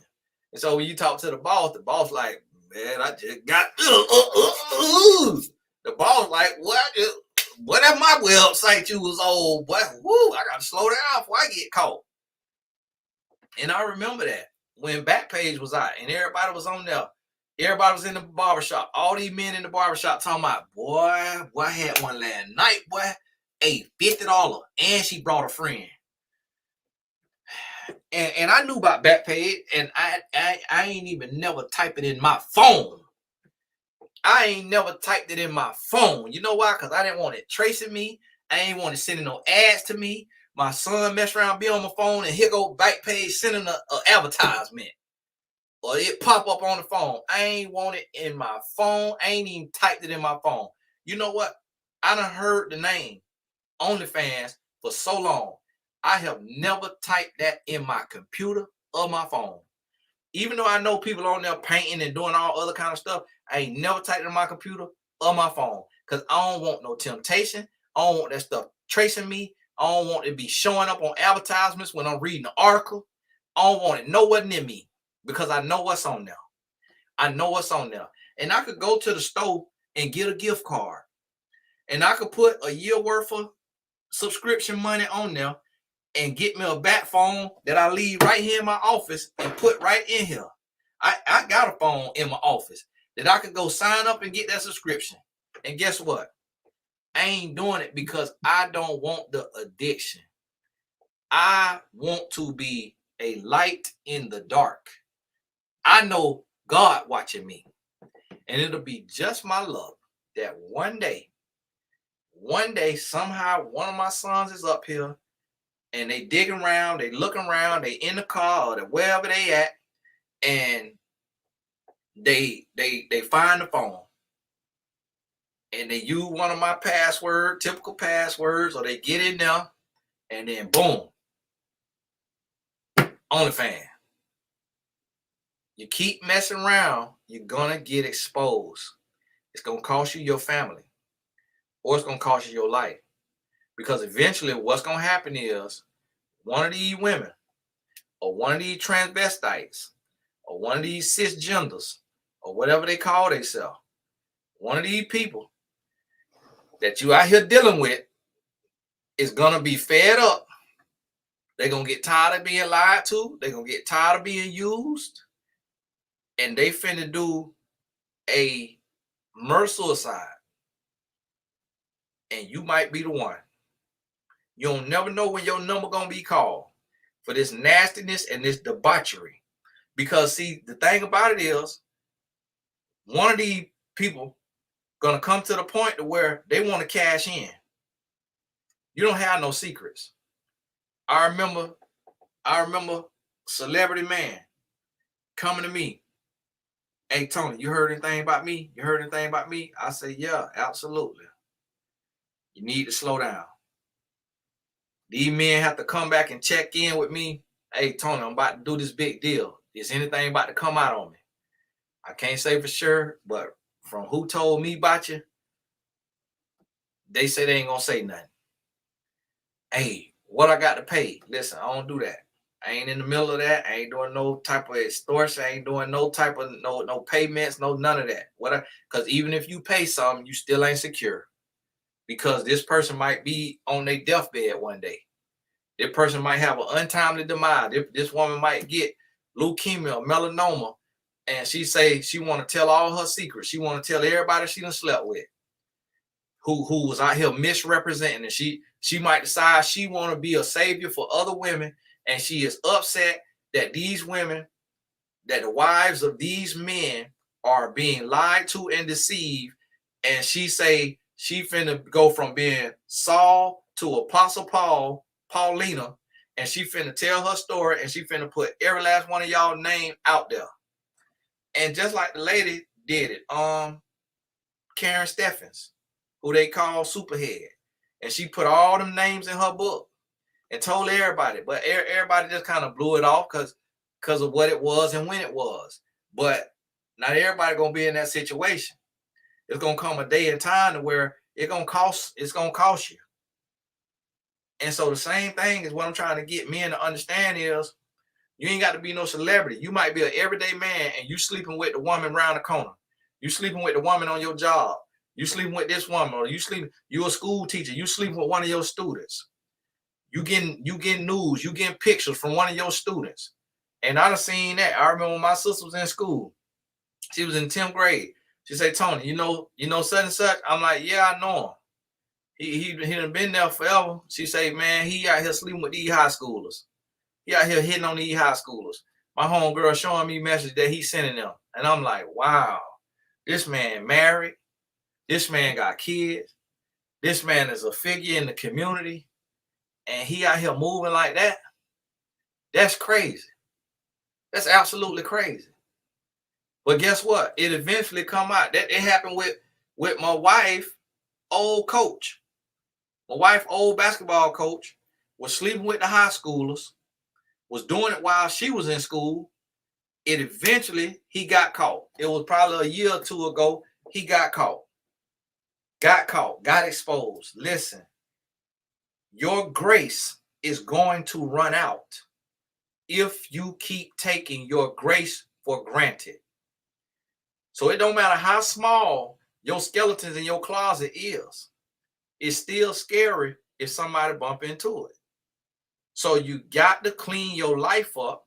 You have to consecrate your spirit, and you got to start living right, doing right, and moving right. Because some of the people who are into these, because this is the thing, you might be a mom and got you a sex toy. You ain't got it in no safe with no amazing code on it. So what's gonna happen when your daughter find your toy? She done seen the toy on Instagram, cause that's all Trina and the other rappers is posting in these toys. So she done seen the toy on Instagram. Now she done found your toy. Now your daughter in there 11 years old wearing herself out with that toy. Body is jacked up. Body through. Because what she done bumped into from the promiscuity, from the lasciviousness, from the lewdness of her mama or her daddy or his mama or his daddy. A lot of people don't understand that by them being nasty and being a slave to an orgasm, they ruining their family, they ruining their life, they ruining their focus, they ruining their future sex life because they so addicted to pornography or to a battery operated device or to their hand that they don't even know how to appreciate a human connection. We have to understand that this is a trick of the devil to turn us out. That is why you see throughout the Bible, when the devil inhabited a place, one of the main themes of that area was sexual immorality. When the devil inhabited a place, that is when you saw man with boy, women with boy, women with girl, man on man, woman on woman. And that's when God had to come in and burn the city down because of sexual immorality. And we see that throughout the Bible. Anytime the devil jumped on somebody's back, he did it with sexual immorality, or it was money, like Judas. But most of the time, it was sexual immorality. So we have to understand that these sex toys, these magazines, these porn websites, these strip clubs, these escorts, these picture senders, these people who get paid for these nasty pictures, paid for these nasty videos, this is all a trick of the enemy, and it's going to destroy your life. I seen a young lady.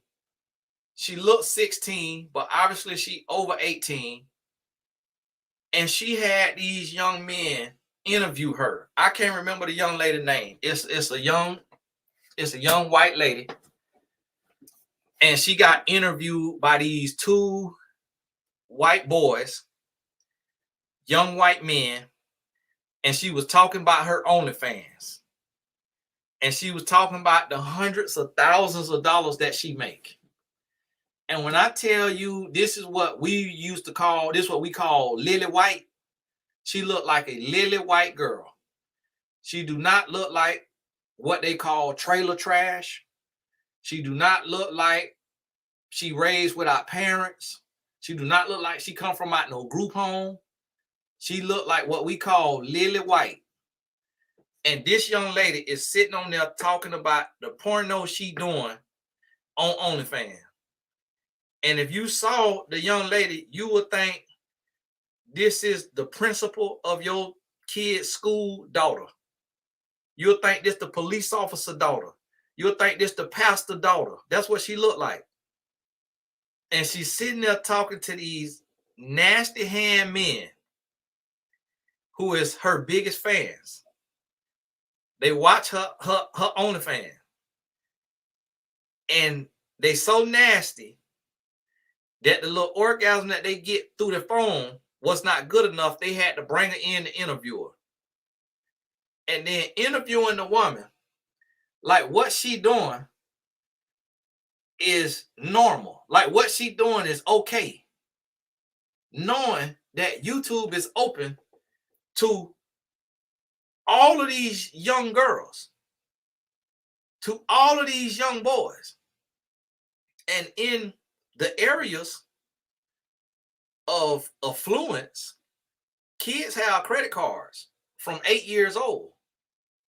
So they got phones, and their parents so busy in business meetings or in church or in whatever that these kids is subscribing and using somebody else's birth date, and they subscribing to this young lady on OnlyFans, and now you got an 11-year-old boy up there jiking off because these idiots is interviewing these porn stars from OnlyFans and putting it on the internet.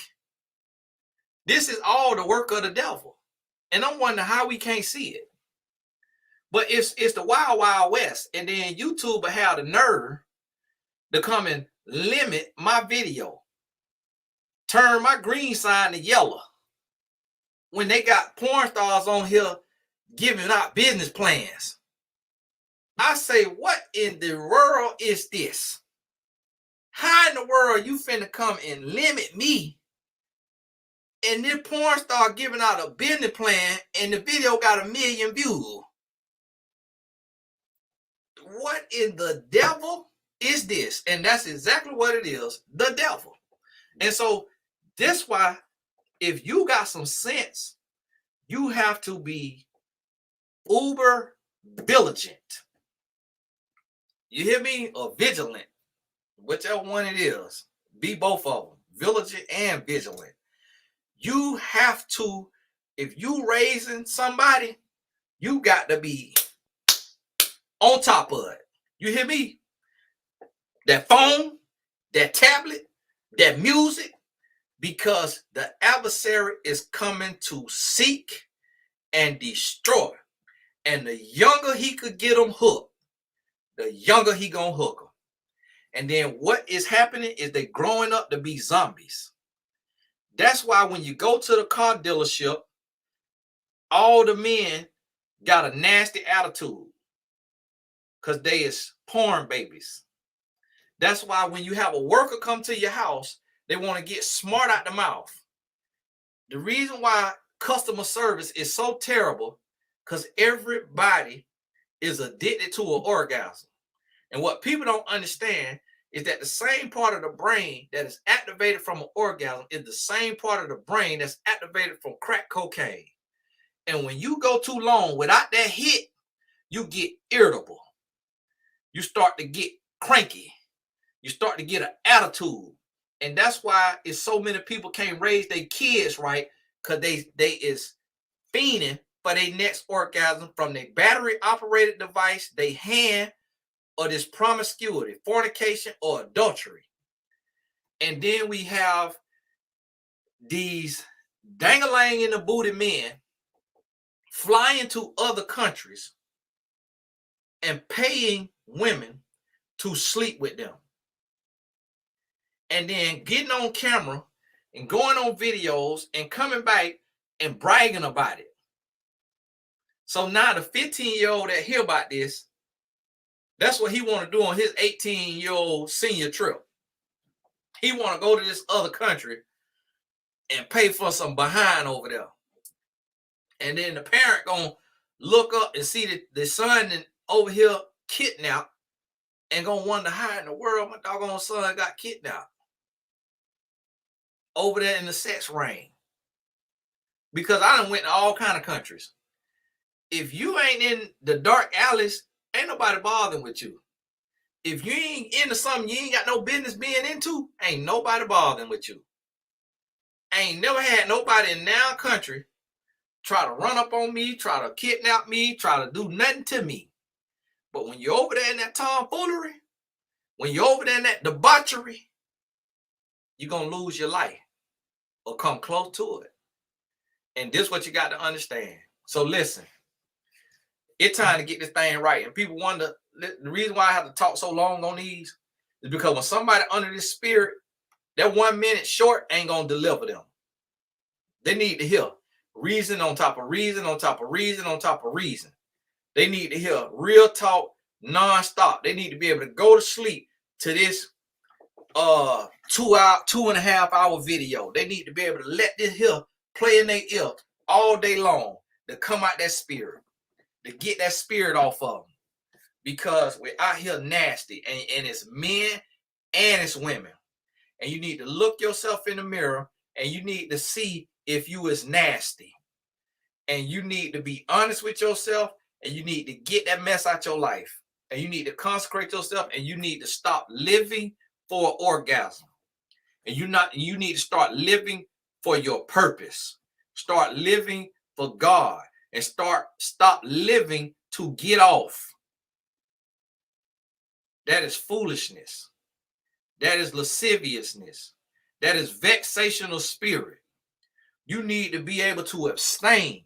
You need to be able to consecrate your mind, consecrate your spirit, and stop thinking that this is your right, this is your privilege, and this is your calling in life to be out here just squeaking and skirting and skeeting. It's absolutely ridiculous. You is more than an orgasm. Stop hunting for an orgasm. Start hunting for your purpose. Start living your purpose. Stop being nasty, because you're not living your life like God is looking at you. Live your life with the knowledge that God is looking at you. So while you sitting there with that battery between your legs, what is the Lord doing? When you sitting there with your meat in your hand, watching that pornography, what is the Lord doing? And then you want to take your little nasty hand and want to come together for a prayer and ask for a financial blessing. Why? So you could get another subscription? So you can order you another rose? so you could get you another battery operated device, so you could pay for some more booty hole. Come on now. We got to get this thing together and stop being perverts and thinking that this just natural and normal. Little nasty behind. Don't even shake my hand. Give me a fist bump, but you might have got something on them knuckles. Just look at me. Just throw your head up when you see me. Just throw your head up. You know you're down there with your hand all in the wrong place. Just throw your head up. Actually, you ain't even got to speak to me, because it's just getting nasty. It's just getting nasty. I'm gonna tell you. When I decided to change my life, stop being a womanizer, stop masturbating, and to have some self-discipline, some self-control, that's when my life took off. That's when my life took off. That's when I became the best of the best in my industry. That's when I got into them ranks. That's when my finances went through the roof. That's when I went from making $20,000 a year to being able to make $20,000 in a day. When I got some self-discipline, some self-control, and I consecrated my spirit, and I changed my life. So while you waiting on a breakthrough and you waiting on that next level, you got to be willing to be different. You got to be willing to get off the broad road and get on the narrow road. You got to be willing to do it. You got to be willing to change your life. Because when you look around, you're going to have to take off these here. I bought these in where I was at. I was somewhere. I think I was in London. They wooden glasses. These here Tom Ford here now. You're gonna have to take these here off. And what you're gonna have to do?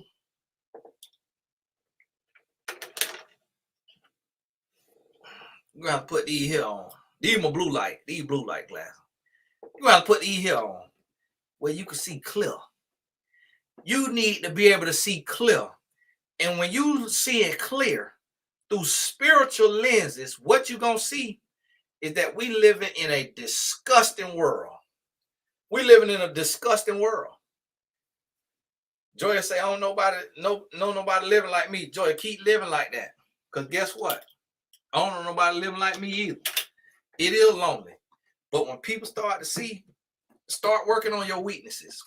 Start working on your weaknesses. Work on where somebody look at you and they had to point out a weakness. Work on that weakness. Work on that weakness. When they see that weakness get strong, then they're going to come in and they're going to say, hey, how you turn that weak point into a strong point? And when you tell them discipline, consistency, self-control, self-love, sacrifice, then they'll say, okay, well, what's else different about you? What else different about you? They're going to start to inquire within. Then you're going to be able to minister.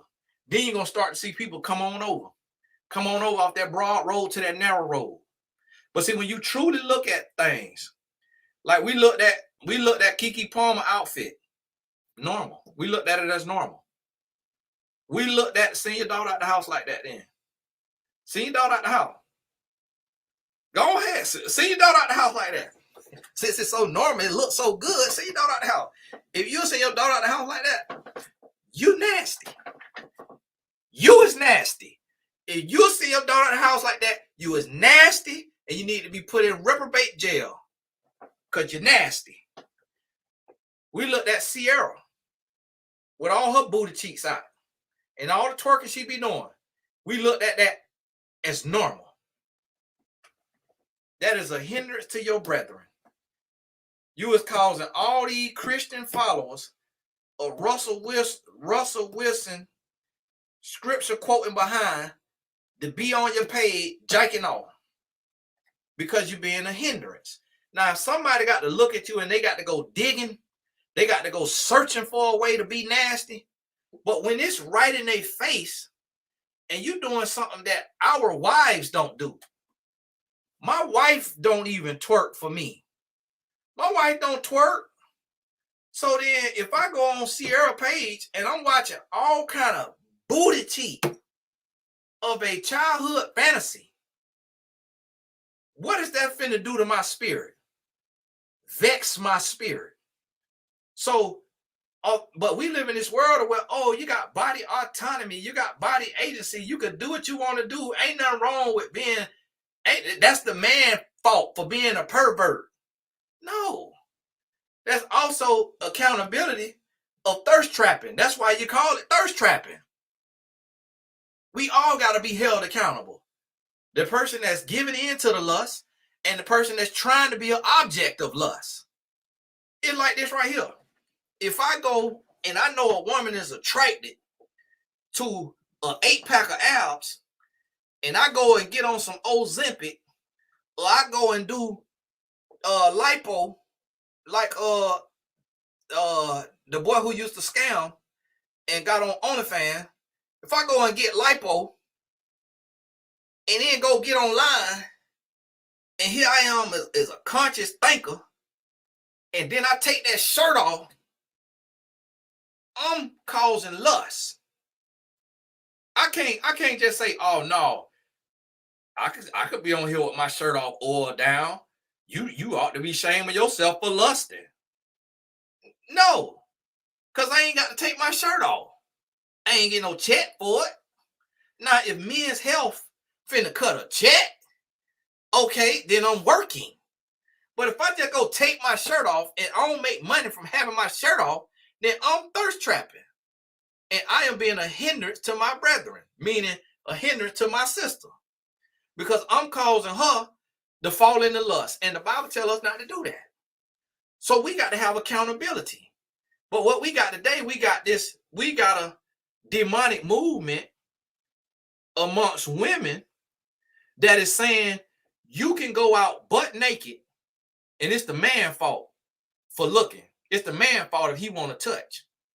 You could go out and show the private parts that he lusts after to sleep with. You could go show that in public, and it's his fault if he look. Because he ought to have more self-control than to look at your private parts in public. That's demonic to even suggest such a thing. Because what happened when a man go out in some gray sweatpants?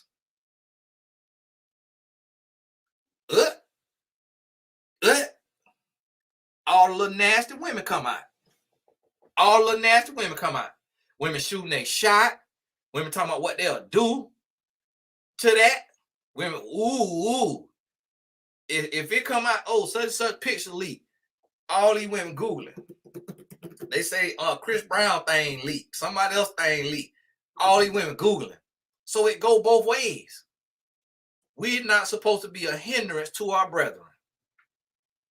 We're not supposed to be thirst trapping. And men who is saying the name of God need to be held accountable for letting their wife go out there like that. And letting their wife be a temptress and an object of lust. Because you could be sexy and sophisticated without showing every inch of your skin. You could still look good without being naked. And that's why I lose respect for people. Because posting all these Bible scriptures and don't even read the Bible.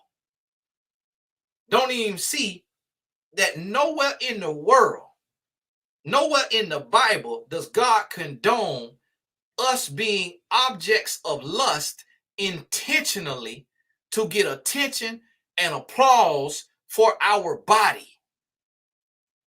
Nowhere. So when we got pastors and we got Christian artists bending their woman over, got their woman twerking, got their woman being sexualized, got their woman doing all this stuff, that is not of God. That is not of God.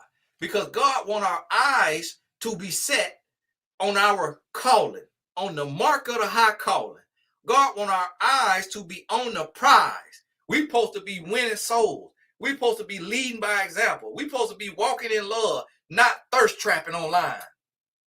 And then thirst trapping online in the name of the Lord. And ain't nowhere in nobody Bible that say a Christian woman is supposed to be out here with her private parts showing and supposed to be out here twerking. And so guess what? When we are calling women who are supposed to be classy, we calling women who is butt bunking naked online classy.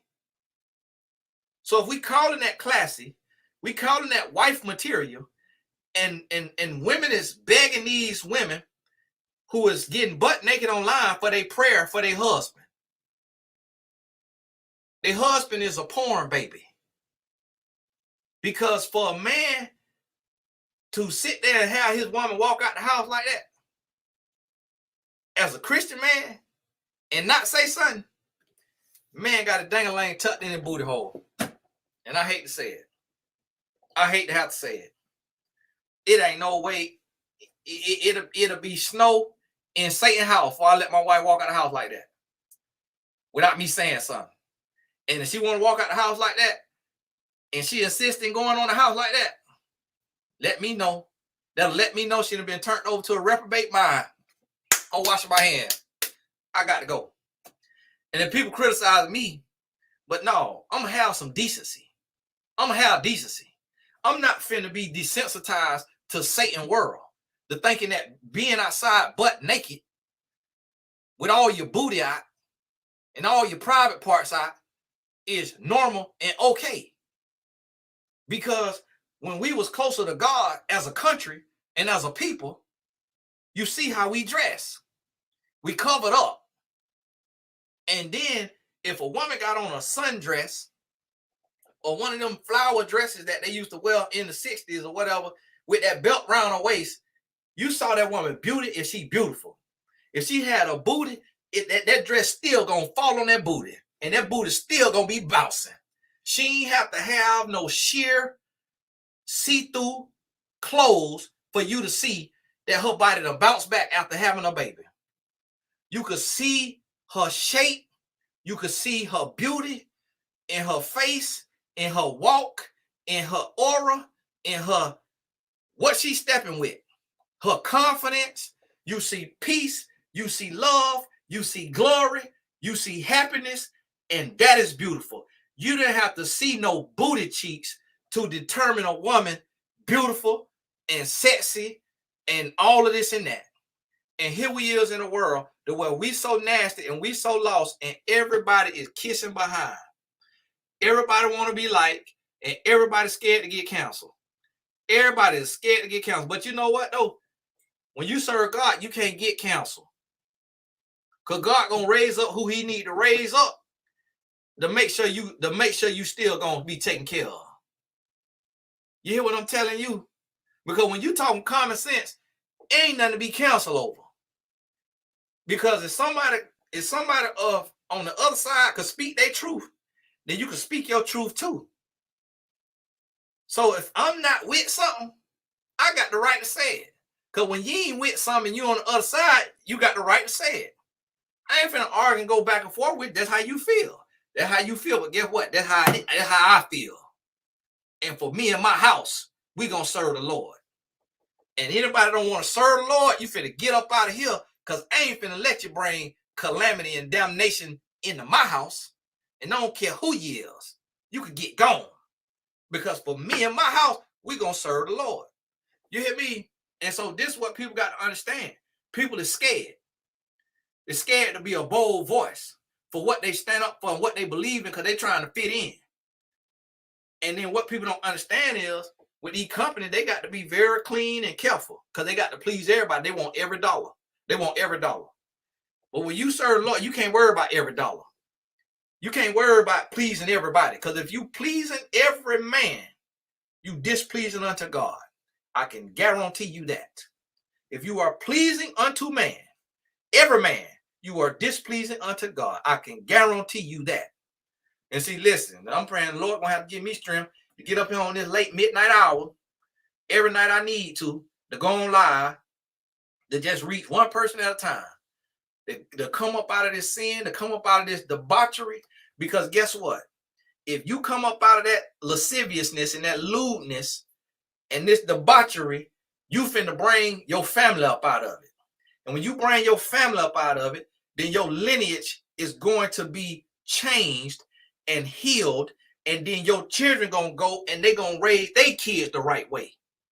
And it's gonna be a remnant of people who are living a righteous lifestyle and happy about it and ain't ashamed of it.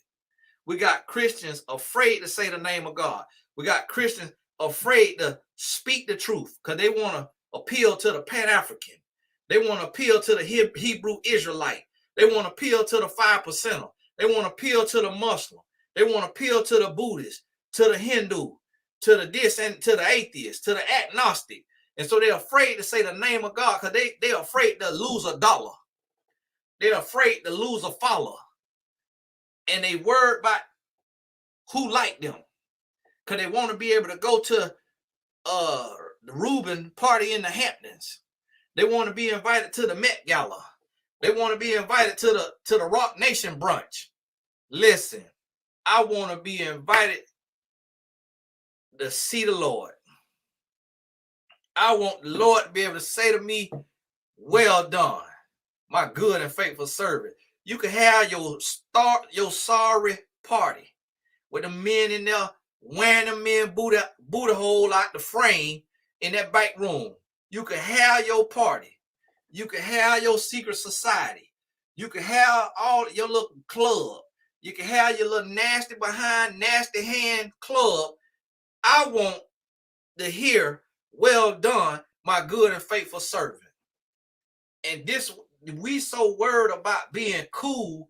We so worried about being liked. We so worried about making $1 on earth that we ain't thinking about eternity. We ain't thinking about God. And we got pastors who are atheists. They ain't bit more preaching the word of God than the devil is. The devil quote more scripture than a lot of these pastors today. You know why? Because the pastor want to be able to be friends with Justin Bieber. Want to be able to be friends with Kanye West. Want to be able to be friends with LeBron James. Want to be able to be friends with this person and that person. So they're afraid to call out sin. Because they don't want to offend this artist or this athlete with these satanic symbols in their videos online or their music videos or their clothes. It's like the boy that we all prayed for, Hamlin, who played for the Buffalo Bills. Then he go wear a jacket that he think is fashion forward and it's making a mockery of Jesus. And then he got to come back and bring it back and say, oh no, he loved Jesus or something like that, or he Christian or something like that. I said, boy, I can't tell. Boy, I can't doggone tell. Who the world told you that's a smart idea? When all these people out here is Christian, and you finna have Jesus like that on that jacket for the name of fashion. I don't care what the jacket say, because that's how the devil works. The devil try to say one thing and show another, because he understand the symbolism. And he understand that the people who on his side, who follow him, gonna know that symbol. But it'll say Lord of Lords. The devil will have a thing like Essentials that say fear of God, and the creator might not even fear God. The fear of God might be a gold statue sitting in the corner. Because I don't know who the person is, and I ain't heard them say nothing. But people wearing it. But that's how the devil works. Just like Kanye West, but go out here and start making all this gospel music, and now he right back over there, look like he is having dinner with Satan every other day. The way he be walking around here dressed, and the way he putting his ex-wife through all that foolishness, and through all of that right there, but then want to come over and sell a million records on gospel after just got done calling himself Jesus, but then go make all this money on gospel and ain't bit more representing God than the man on the moon. On bit more look like, sound like, act like a man of God than the man on the moon. But see, what we got to realize is people today is saying God for clout. People saying God for clout. I'm going to tell you what, because I know this. Because I had a young man, a gospel artist, who he too real. He got too much discretion. He got too much wisdom for the industry. So he really don't even make music no more. He came to me. He said, "Tony, man, I'm encouraged, bro." I said, "What you mean?" He said, "Man, I watch your videos, bro, and you're not afraid to say the name of God. Do you know, for years, Stephen Labossiere, Stephen Speaks, and Derek Jackson did not say God for years. They did not say the name of God. And I seen it. But you know what started happening? They started seeing so many women in my comments saying, Tony, the reason why I follow you is because you say God. Here's the thing. Not everybody that say Lord, Lord gonna enter into the kingdom. After so many women started putting that in my comments, that's when them jokers started talking about God. But look at Derek Jackson. Was he living for God while he was talking about him? Absolutely not. Look at Stephen Speaks. Is he living for God while he talking about him? Absolutely not. Because he went on that lady podcast, which this how you know who working for dark forces. You don't know him and not know me. Because if you watch my video, it's gonna serve you one of theirs. If you watch their video, it's gonna serve you one of mine. Why the same people that's interviewing these people ain't calling me? Because they want to sit in front of a spirit that they're going to feel comfortable in their sin. Did you hear what I just said? They want to sit in front of a spirit that they're going to feel comfortable in their sin. I got 3.5 million supporters on social media, across social media. You don't know this speaker over here and not know me because of how the algorithm work. You ain't got to follow me, but you know me. You done seen my video. You might got a podcast watching me right now. And you done interviewed one of these other relationship coaches and you ain't called me. You know why? Because your spirit don't want to sit in front of a spirit that's going to speak truth. And I see these people who Lord, Lord, Lord, Lord, Lord. They saying the Lord name in vain. And then they going and they teaming up and they collaborating with people who lifestyle is blasphemy unto the Lord. Their lifestyle is trying to mock the Lord. So this man went and sat on and did an interview with a lady. So one of y'all sent it to me. To where he talking about he was abstinent for 5 years. For one, can't nobody verify that. But yet on the same interview, he talking about God. But he no longer abstinent. So how is you a relationship coach and you mentioning the name of God and you are in admitted fornication and then got millions of followers? This don't make no sense. That lets you know the stronghold that the devil got out here. That lets you know what the devil running out here. The way they got single relationship coaches promoting fornication. And the reason why he couldn't say that he abstinent, because he know that'll be gaslighting the woman that he's sleeping with or the women that he's sleeping with. And he done seen Derek Jackson get exposed. So now he know it's finna be an expose if you ain't living what you preaching. Now he know it.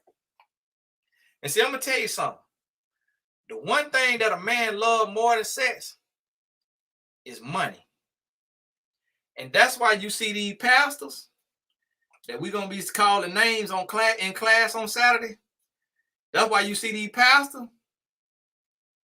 is leaving their everyday wife and marrying these millionaire women. because that's how they're going to be faithful.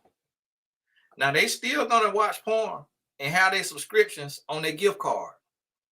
They still going to be on the road watching these porn stars and masturbating to other women. But when they get a woman with money and with notoriety and fame, it put them in a little bubble to where it make it too hard to cheat. But now the money and the fame and the notoriety gives them the thrill that they missing from cheating on their ex-wife, who was an everyday woman, not a millionaire, not a celebrity. And that's why we see this happening. So we seeing these spirits out here moving, and we can't even see it. And YouTube, y'all ain't know this. YouTube will show me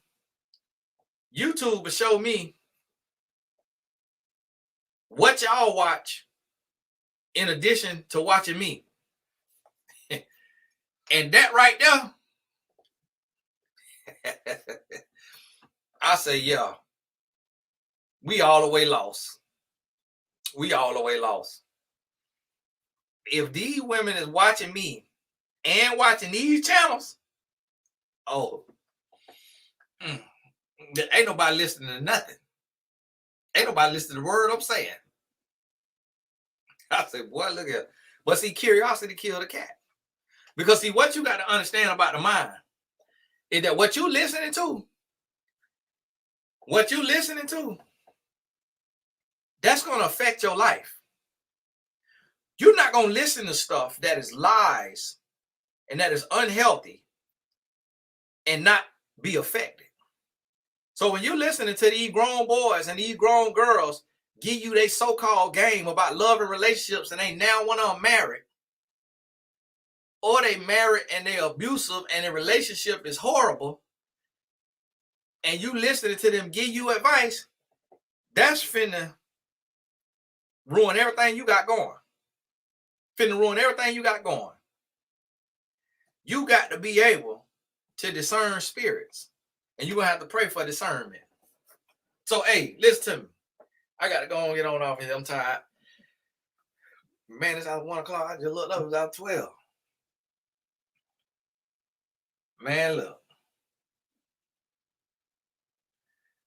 And see, look, people is up. Here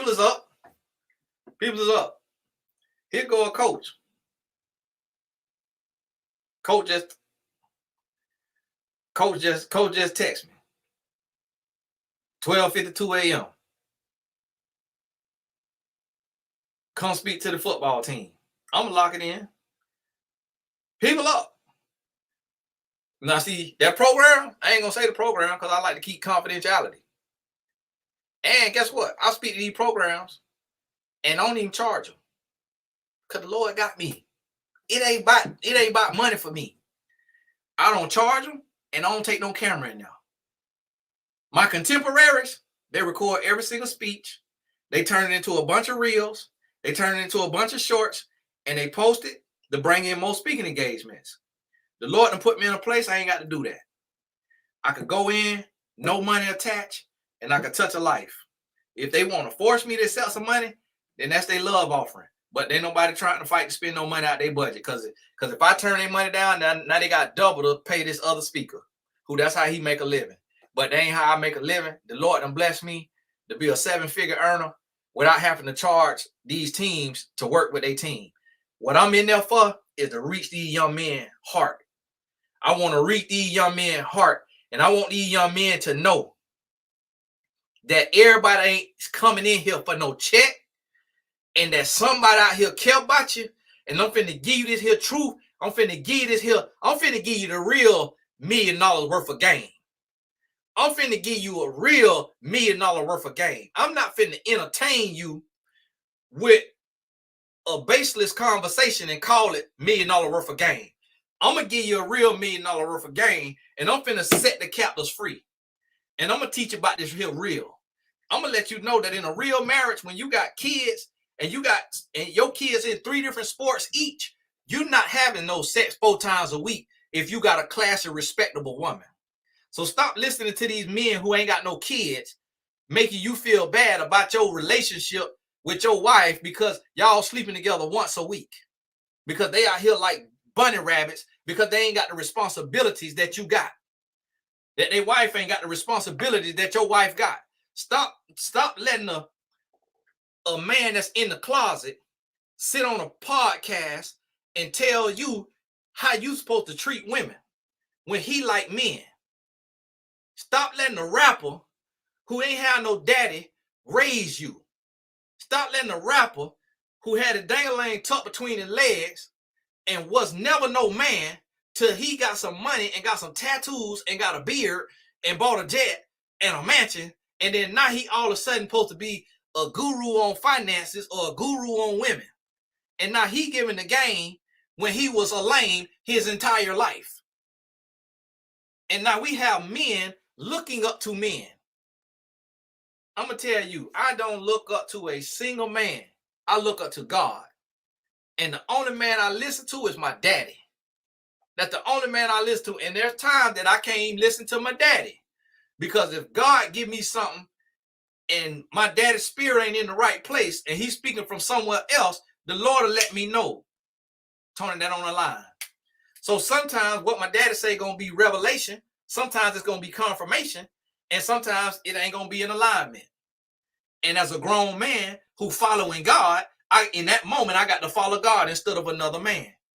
But see, we live in a society of men worshiping men because they want to be invited to the party, because they want to be in the in crowd. They want to be in the club. So they worshiping other men. And this is what we got to get to. Y'all give me 1 second.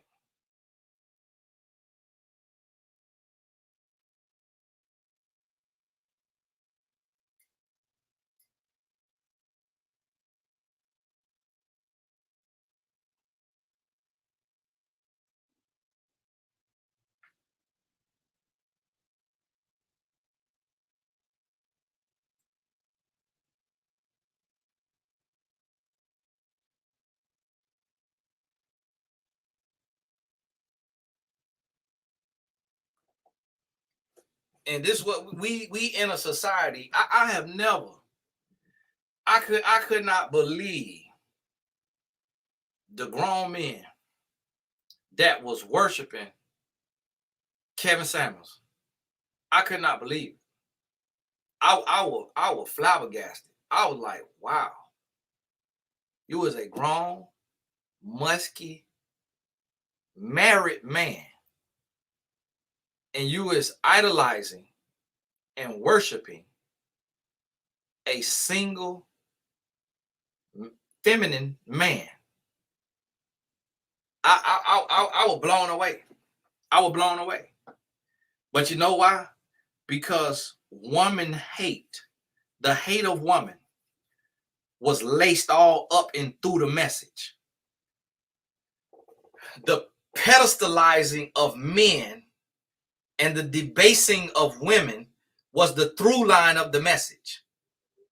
But when I started calling it out and people started forwarding the message and sending the message, he started trying to find some semblance of balance, and people started calling it, oh, he trying to build a black family. No, because if you want to build the black family, then get a black wife and get married and lead by example. Instead of telling women that if they go on a date after 5 o'clock, they need to be having sex.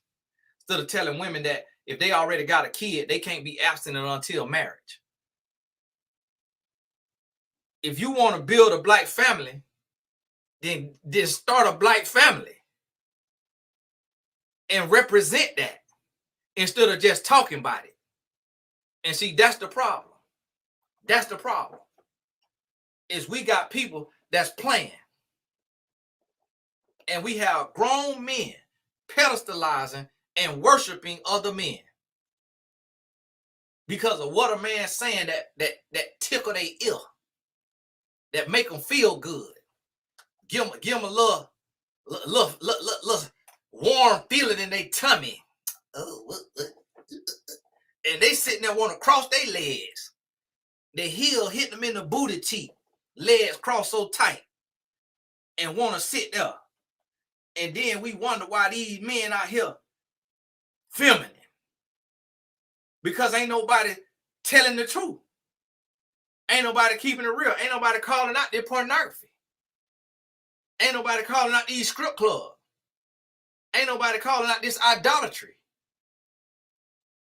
And then we got men who got a mouthpiece and all they want to talk about is sports. Or all they want to talk about is money. All they want to talk about is something else. When that ain't got nothing to do with the core of the family. We supposed to be representing family. So this thing, you want to talk about finances?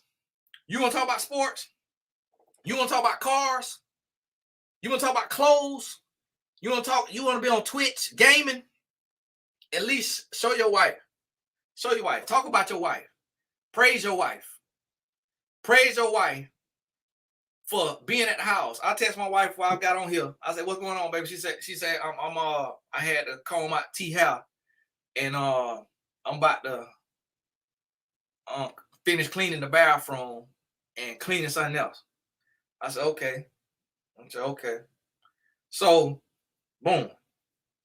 I told her I still got work to do. My wife don't give me no hard time. She at the house with our sons.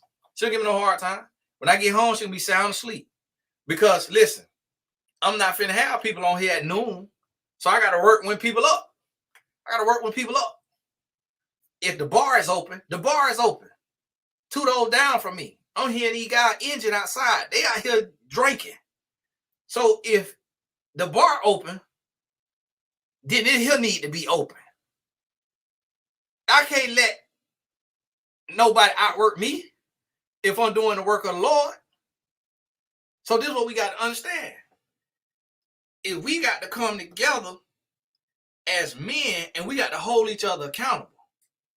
But what I'm seeing men is enabling their brother. I'm seeing men not holding their brother accountable.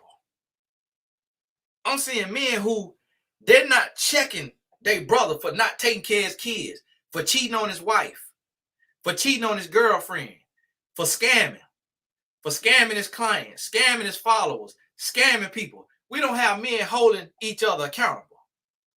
We ought to have men to where if you see a man get out here and he's scamming and you done stamp that man, a man need to approach that man to man and say, man, listen, I done stamped you. I done put my brand on the line. You need to come out and you need to do an apology. Or you finna have some smoke in the city with me. And that's why y'all don't really see me stamp people. That's why you don't really see me stamp people, because I don't know nobody. I mean, I know them, but I don't know them. I don't know you behind closed doors because I don't live with you. So God rarely ever give me the peace to stamp somebody. If I promote somebody, it's 9 out of 10 times a student and it's a part of a marketing plan. But just the easiest as I promote somebody, it's just the easiest as I retract it. I will come right on out. Ain't no deleting the post or deleting the video. No, I'm gonna come right on out. Hey, listen, I introduce you to such and such, and come to find out she or he is a scam artist, and you need to get your money back. You need to unfollow them. And you need to call the FBI or whoever, SEC, you need to call and add to the complaints. Just like that. No, I ain't finna try to still be buddy, still be friends behind closed doors, still make money together. No. We need people that's going to be willing to speak up and that's going to say something. And we out here as men, is we so worried about being liked by men. Let me tell you, it's guys that call me in the wee hour of the night. It's guys I talk to, mentor, I'm there for, and guess what? I go online and be looking at posts, and I see these guys liking all these posts. And I won't see them in my post now time because they can't be seen supporting my message, because my message is calling the devil out and it's stepping on toes. You got to realize when I have to do these messages, I'm stepping on my toes and I'm stepping on every man I know now, by every man I know toes. But the truth don't have no friends. Righteousness ain't got no friends. Righteousness don't pick sides. It's going to be what it got to be. It's going to tell what it got to tell. Point blank, period. And so you got to understand that everybody could get it. And not in the way that y'all thinking. But got to be called out. Because every single day, I got to call myself out. Every single day, I have to evaluate myself and say, Tony, how did you treat your wife? How did you treat your kids? How did you treat your family? How did you treat your clients? Okay, this what you did. Get better here, get better here, get better here. So right now I'm in a streak right now. I'm in a streak right now of me being mindful of my tone when I'm talking to people. Because as y'all hear on my videos and from my video earlier, I could really get with you. And so I have to be mindful of my tone. And I got to make sure that I'm not sunning this man. That this 50, 40-year-old man, I got to make sure that I ain't making him feel like no punk. That I ain't talking to him with fighting words. When I'm talking to my wife, I got to make sure that I'm not coming off like no dictator. That I'm coming off like her teammate. And not her coach. Not her ruler. But I'm coming off as somebody who love her protector, her husband, and I'm coming off with the right tone. So I have to evaluate this. And this is what we have to come to this place to where we can look and we can hold each other accountable. And we can say, hey, we need to be able to grow. What you're doing right here is wrong. And we need to grow. We need to get better. I'm not judging you because the judge has the sentence. I'm not even in the jury. I'm your probation officer trying to warn you so you don't go to jail. I'm trying to warn you before you meet God. I'm trying to send a message to you before you lose your family. Before you lose your contract. Before you lose your job. Before you lose your endorsements. See, let me tell you something. The NBA used to bring me in to speak. I started speaking to the NBA rookies at 26 years old. So some of them guys was my age. But a lady named Miss Mack, she got me in the door. And I spoke to the top 100 high school basketball players. And then Antonio Davis brought me to speak to the NBA rookies. Now, my rookie classes that I spoke to, ain't none of them went through what Zion Williamson went through. Because the way that I'm talking on this here video, that's the same way I talked to them on that stage. And when I left there, every last one of them had access to me. Every last one of them had my phone number. And it's still some of them from the 2012 class. I can't remember the 2010 class. 2011 was the lockout, so I ain't talked to them in person. That was Kyrie Irving year, 2011. 2010 was John Wall. 2012 was Anthony Davis year. It's guys from I was talking to a guy from the 2012 class yesterday. No, today. And that staff for the NBA. When I went in there, some of them staff told me, Tony, they're going to forget what you tell them 45 minutes after you done talking.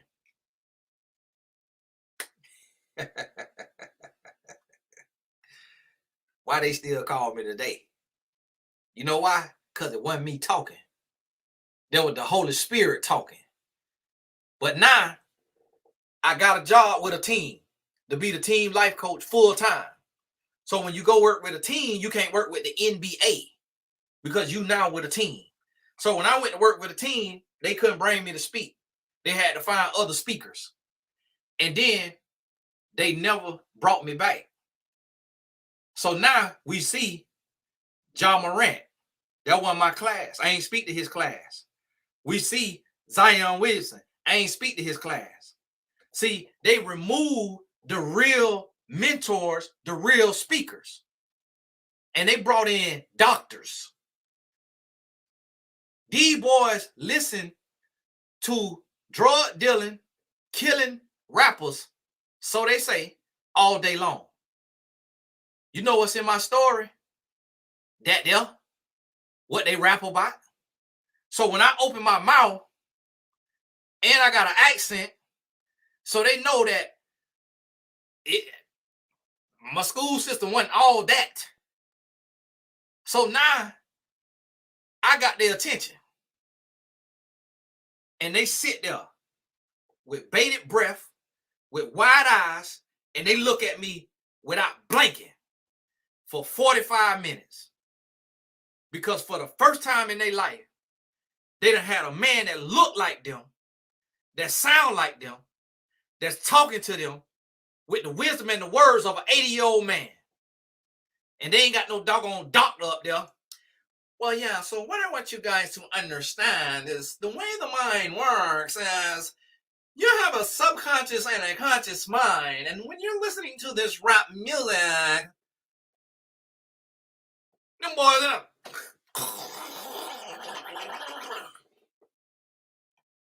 But when they hear the stories that I tell them, and they know that I done talked to they porn stars, that I done talked to they scrippers, that I done talked to they escorts, that I done talked to they Snapchat women that's sending them the nude pitted pictures and videos. When they hear that I'm tapped in and that their name might be on my list, boy, they wide-eyed. But they come to the edge of their seat. Oh, my goodness, what them, oh, this man know what he talking about. Because you know why? Because some of them classes that I talked to, I hadn't seen some of them young men name on the list of the women that gave me the list of the men that done paid them for sex. So when they heard me talking, oh, and guess what? You know how they knew I wasn't lying? Because they went and called the escorts and the prostitutes and said, do you know Tony Gaskins? And they look and they could see that these women follow me. Oh my goodness, you know Tony Gaskins. Did you say my name? And then next thing I know, the woman unfollowed me. These women started unfollowing me because the men started running back, scared. You done said my name. You done said my name.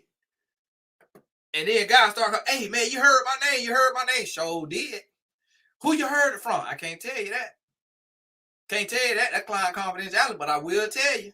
But the thing is they done slept with so many of them, they done slept with multiple that they don't know. Man, just tell me the first letter of a name. I said, what I look like? Boo-boo the fool? What, I'm finna be a sucker like you? What I look like? I ain't finna mess up my intel. They're right here keeping me out the streets. So if you want to be foolish enough to go pay a woman for sex thinking that that's going to buy her silence, not realizing that one day this woman going to be broke. One day this woman going to be on her last leg. And she finna come to you for some money and you going to be retired. And you ain't going to have the money and you ain't going to have the system to be able to send her money without being seen. And then you're going to have to come out and say, hey, I'm getting it started. And if I ain't mistaken, I believe that happened to the brother Mark Jackson, who was the coach. I believe it happened to him that a lady tried to extort him. If I ain't mistaken, I might need to do my research, forgive if I'm lying. But this right here is the thing. This happening. So listen, and see, the thing about it with me is I was the type of kid that if I do something wrong, I'm taking my daddy to belt. When it's time for me to get a whooping, I stand there and I take my whooping. So if I cheat on my wife and a woman say, hey, Tony, if you don't pay me, I'm finna come out, hey, go on tell the story. Go on tell the story and let what come may. If I lose it all, that's what I deserve. If I lose it all, if I lose my wife, if I lose the respect of my sons, that's what I deserve. But I want my consequences for the choices that I've made. Because you have, Miss Max said to me, this to me one time, we was in the car. Miss Max, she used to speak at the NBA. I don't know if they still utilize her or not. She said to me, she said, Tony, you got freedom of choices, but we don't have freedom of consequences. And I done used that ever since. Guess what? I want what's coming to me. If I'm willingly, deliberately taking my grace for granted. Because see, this is something that I want y'all to understand. Is we all fall short of the glory of God. We all fall. We all have grace, but grace will run out if you taking it for granted. If you taking grace for granted, it will run out. Because eventually, God got to step back, because God is not finna be there watching and supporting sin. God got to remove his hand, and the devil got all access to your life. And that devil can do anything he want to do to you unless God say don't kill him. And sometimes you done got too far away to where even your life is on the line, because the wages of sin is death.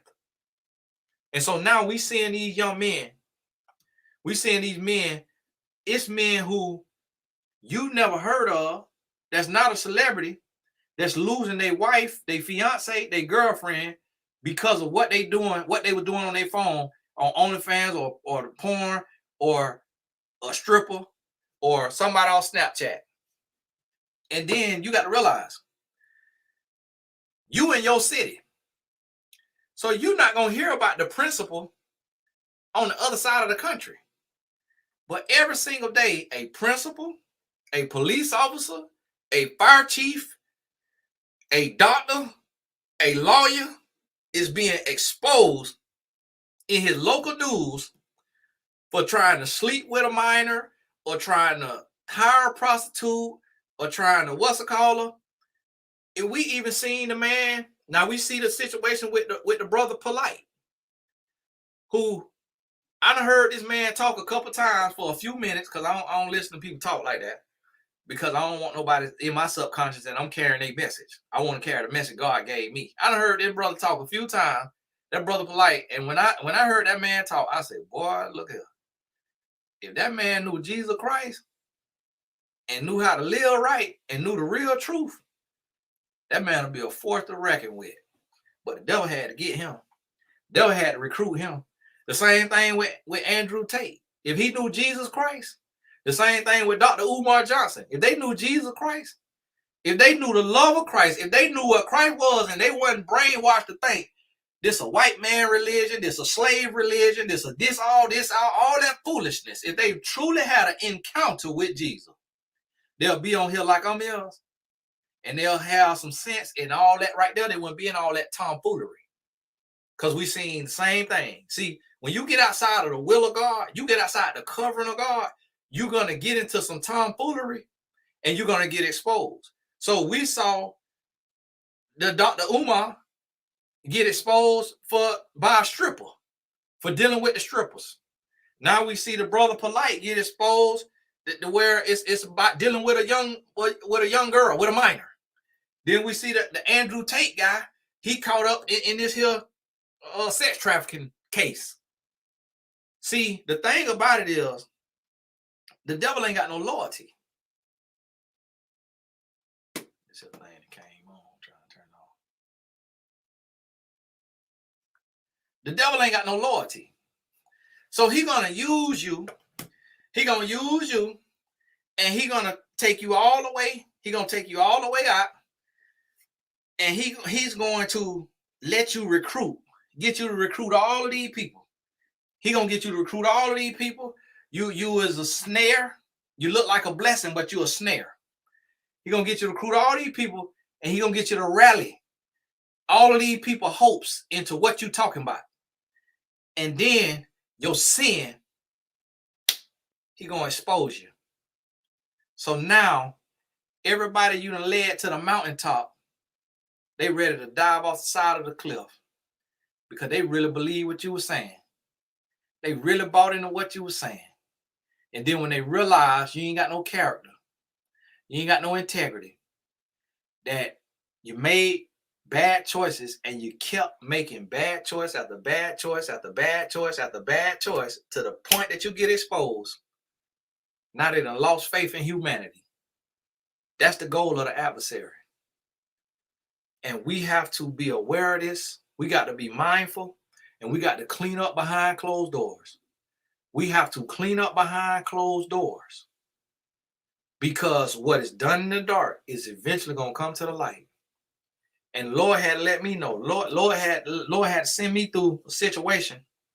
Lord had to send me through a situation and say, hey, hold on now, hold on, playboy. Hold on, playboy. Hold on. Hey, don't let that money go to your head, boy. Hey, don't let that money go to your head, boy. Hey, hold on now. Lord had to let me go through a little son. Not dealing with no woman. Lord had to let me go through to get a little humbling. The way I say, oh, hold on now. Ooh, let me check my ego. Let me check how I'm talking to people. How I'm talking to those people around me, in my circle, in my family, in customer service. Let me check how I'm moving. Let me check what I'm saying. Let me learn from my mistakes of making promises and not keeping them. Let me not be so quick to give and to serve and to overextend myself to where I then have to, oh, I can't do it no more. Oh, I can't honor that no more. Let me start giving my word and then I can't honor it. Lord had to check me. Tony, stop. Listen. You're talking about something, you having a conversation with somebody about this project or about this job or about this thing, and in that conversation, you agreeing to it before you didn't even consulted me, before you even came and talked to me and sat and sucked with me. And then now you want to come in and talk with me before you, and you done already gave your word. And now you got to go back and say, hey, I had a change of heart. And now you look like you ain't got no integrity. Now you look like you're a double-minded man. The Lord had to check me.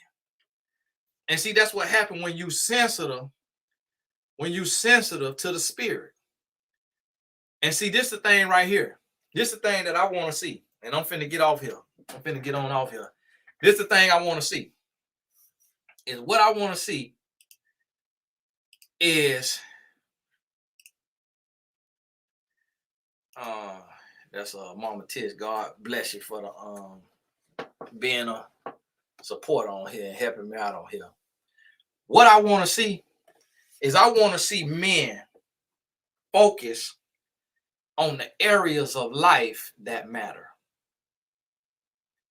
I want to see men. When I look at a man, I don't care how famous he is.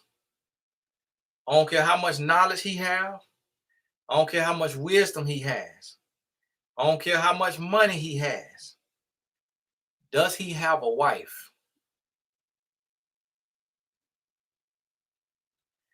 If the first man that God made was not complete in the sight of God without a wife, then I don't look at a man who is heterosexual, who say he want a wife, and who don't have a wife.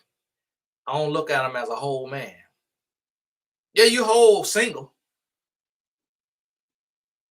But what you got to do to really be a man is you got to learn how to love God's daughter the way Christ loved the church.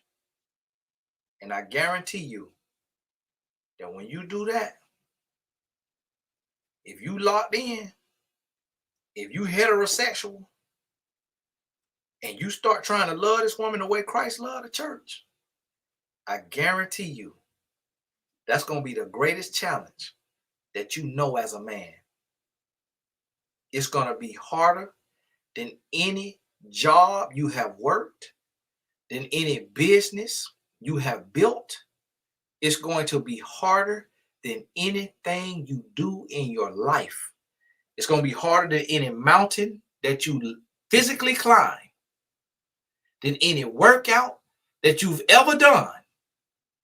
To love a woman the way Christ loved the church as a flawed man is going to be the hardest thing you do. You know why? Because I'm doing it. And I have failed time and time again. So, and let's listen, I could go work out. I could get in shape. I played college football. I averaged 10 yards a carry in high school, 8 yards a carry in college. I ran a 4.4 in the 40. I had a 40-inch vertical. The people who were there can attest to it. I done did that. I done made millions of dollars in business. I done spoke around the world. I done started 20 companies. Guess what? Ain't nothing harder than loving a woman the way Christ loved the church. Because that's the purest form of love that the world has ever seen. Ain't no religion have a symbol of sacrifice the way Jesus Christ sacrificed. No other religion. Don't nobody have a symbol, have a story of where God sacrificed his only begotten son for the salvation of mankind. So when the Bible says in Ephesians 5 that a man ought to love his wife the way Christ loved the church, listen to me. What that mean is, that mean not controlling your wife. That mean not being insecure and jealous. That mean not dominating, dictating, domineering. That mean not lying to your wife. That mean not manipulating your wife. That mean not deceiving your wife. That mean not love bombing your wife, not gaslighting your wife. That mean not being a narcissist. That means to surrender and to submit to the will of God for the love of your wife. That means to wash her with love and to cleanse her with love and to present her unto God blemish and spot free. That means to be able to lead your wife with strength and with confidence, but also with love and humility. Let me give you an example. Right now, my family budget, I sent it to my wife today. And I hate to have to do it. But I'm gonna be honest with you. I'm gonna be transparent. It's transparent. It's something that normally will be behind a paywall. This won't be on YouTube for free. But I sent my wife I have several bank accounts. I work with several banks, deal with several banks. Because I don't like to put all the money in one spot. But I went into a account and I did the little thing where you could check your expenses. And in checking those expenses, it showed me that my budget, that my family budget is $130,000 a month. And I really don't know what that is. I'm kind of like, what is they calculating? Like, what are they talking about? Like, what? Because I don't have a budget. So, Dave Ramsey, that's a cuss word in my house. Budget, that's a cuss word in my house.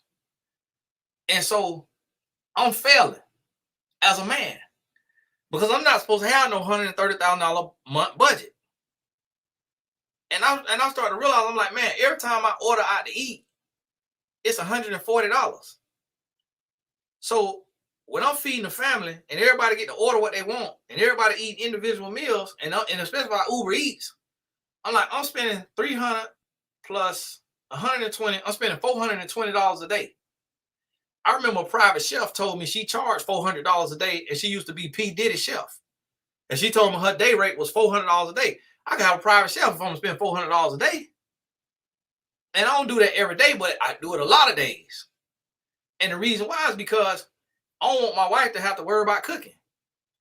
I don't want to have to worry about doing dishes.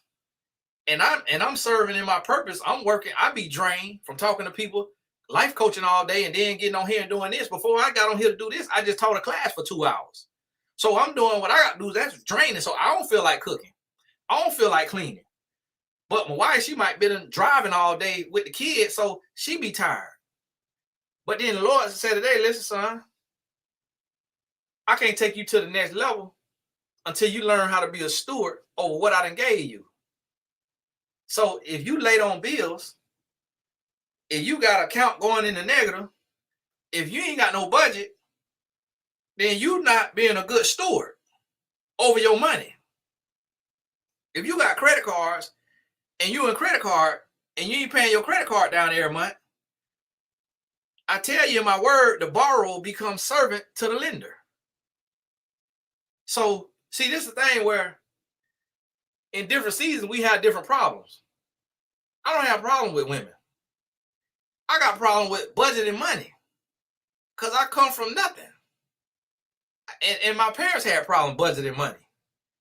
And they still have a problem budgeting money. And everybody in my family got a problem budgeting money. Because when you come from nothing, and then you come into something, whatever it may be, you don't have financial literacy. So I'm looking and I'm like, okay, Lord, thank you for meeting my need. Thank you for not letting me go without, but I ain't supposed to have no $130,000 a month budget. That don't include business expenses. So I have to lead my wife and my family, and I had the right of the day and say, listen, hey, we finna have to have a sit down. And we finna have to make a budget. And my money ain't the same every week. Because as an entrepreneur, you can make $0, or you can make $1 million. And then everybody needs you. Everybody needs something. All your homeboys, even some of your clients, everybody need a loan. Anybody need a loan, need an investment. Everybody want a loan or an investment. Everybody coming to you. You got to take care of this family, that family. On the first of every month, I got to pay my mama house and my mother-in-law house.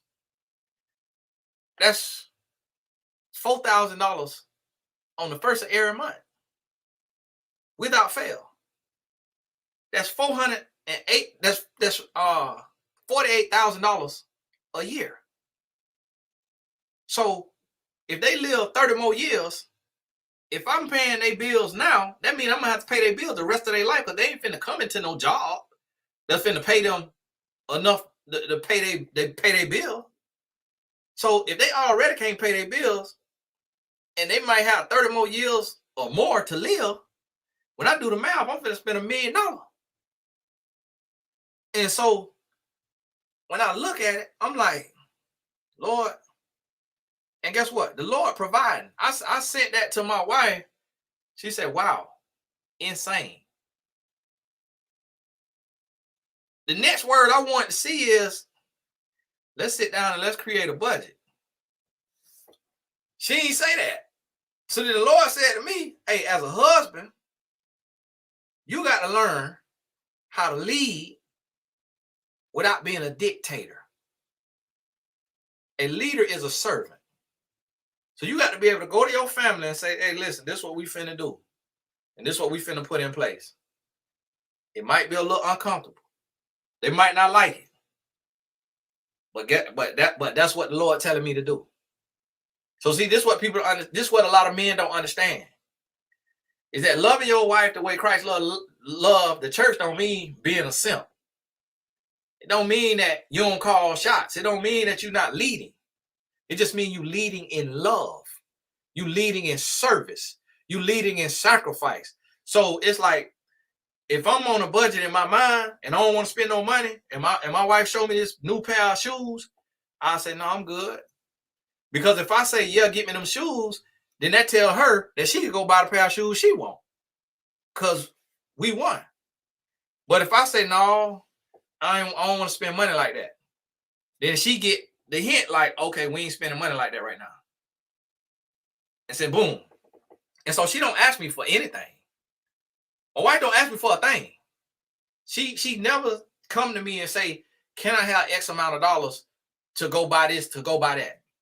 If she mention it, like she mentioned, oh, I'm thinking about getting these extensions put in. And this young lady right here, she do these extensions, but they like $4,000. And she done mentioned it 3-4 times. 3-4 times she done brought this up to me. Never once did she ask me. But she know I'm a provider. And she know I'm the type of man that her wish is my command, and what she say, I'm gonna go get it. So I DM the lady. The lady called me. My wife got her phone call on Saturday, because if that's what she want, and that gonna make her feel good, then as a husband, that's what I'm gonna do. Now, if it's in a situation where it's out the budget, like I can't afford it, then I'm gonna have to, baby, no, we're gonna wait on that. We're gonna wait on that. So it's still boundaries. So what I need men to understand is that you could be a leader and not be no punk. Like, you could love your wife and you can serve and give and not be a simp. Like, you can lead in love and you can say, hey, this is where we at, this is what we got to do. And this is what this is why we have toxic masculinity, because men are feeling today like we have to put our foot on the neck of a woman. And I went through that phase. I went through that period where I felt like I had to have an iron fist, where I had to talk down to a woman, where I had to be disrespectful. Couldn't say nothing unless I said it angry, unless I said it mad.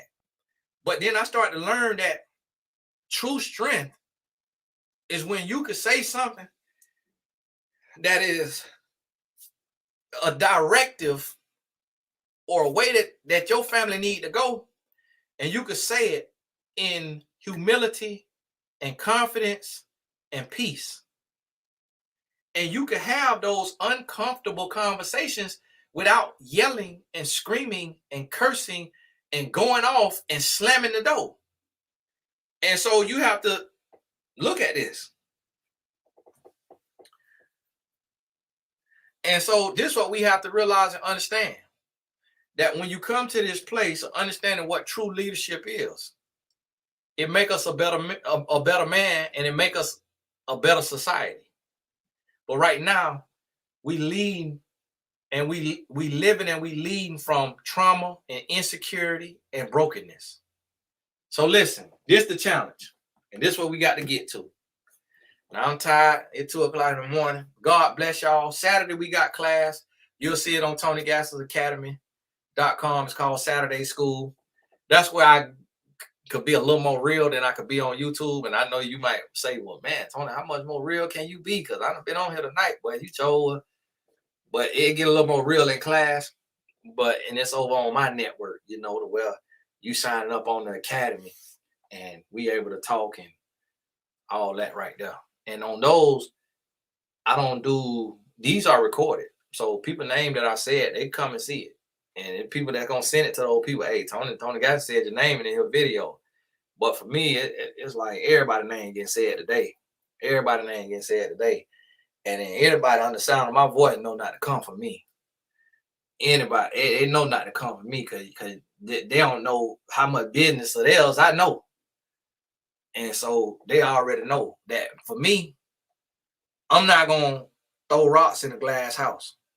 I ain't going to throw rocks in no glass house. Because I know I ain't been perfect. And I know I ain't always took care of home. And that's why the Lord had to check me. Make sure, Tony, make sure you lead in the right way. Make sure you're doing the right thing now. If you're going to be out here talking, make sure you're talking to your wife right. Make sure you're talking to your kids right. Make sure you set an example. Lord showed me that. But hey, got to go. See y'all in class Saturday. Might be back on here tomorrow. I don't know. I done probably put up 2-3 videos today. I think I got a video on the Carly Russell situation and how that stuff right there play out in relationships. I don't know if I released it yet, but if I haven't, I will. But God bless y'all, and we're going to talk soon. Oh, you know what? Now, hey, I'm going to start me a podcast, but I need somebody who know how to run a podcast, who know how to work a podcast. I'm going to start a podcast, but I'm not tech like that. I'm not one of them people that know how to really, I don't know how to do all that. Hook up the mic, do all that, do the recording, do all the editing. I can't do all that. That's too much for me. That's somebody else's brain type. I could get on there and talk now. So if you know how to run a podcast, like you got real experience, like you done really produce podcasts. Don't write in here talking about, oh, I've always wanted to produce a podcast. Mr. Gass, I love that. Hey, no. Now go get your little experience, start your podcast, then reach out to me. But y'all send me an email if you on here, you know somebody who produce podcasts. God bless you, and we'll talk soon.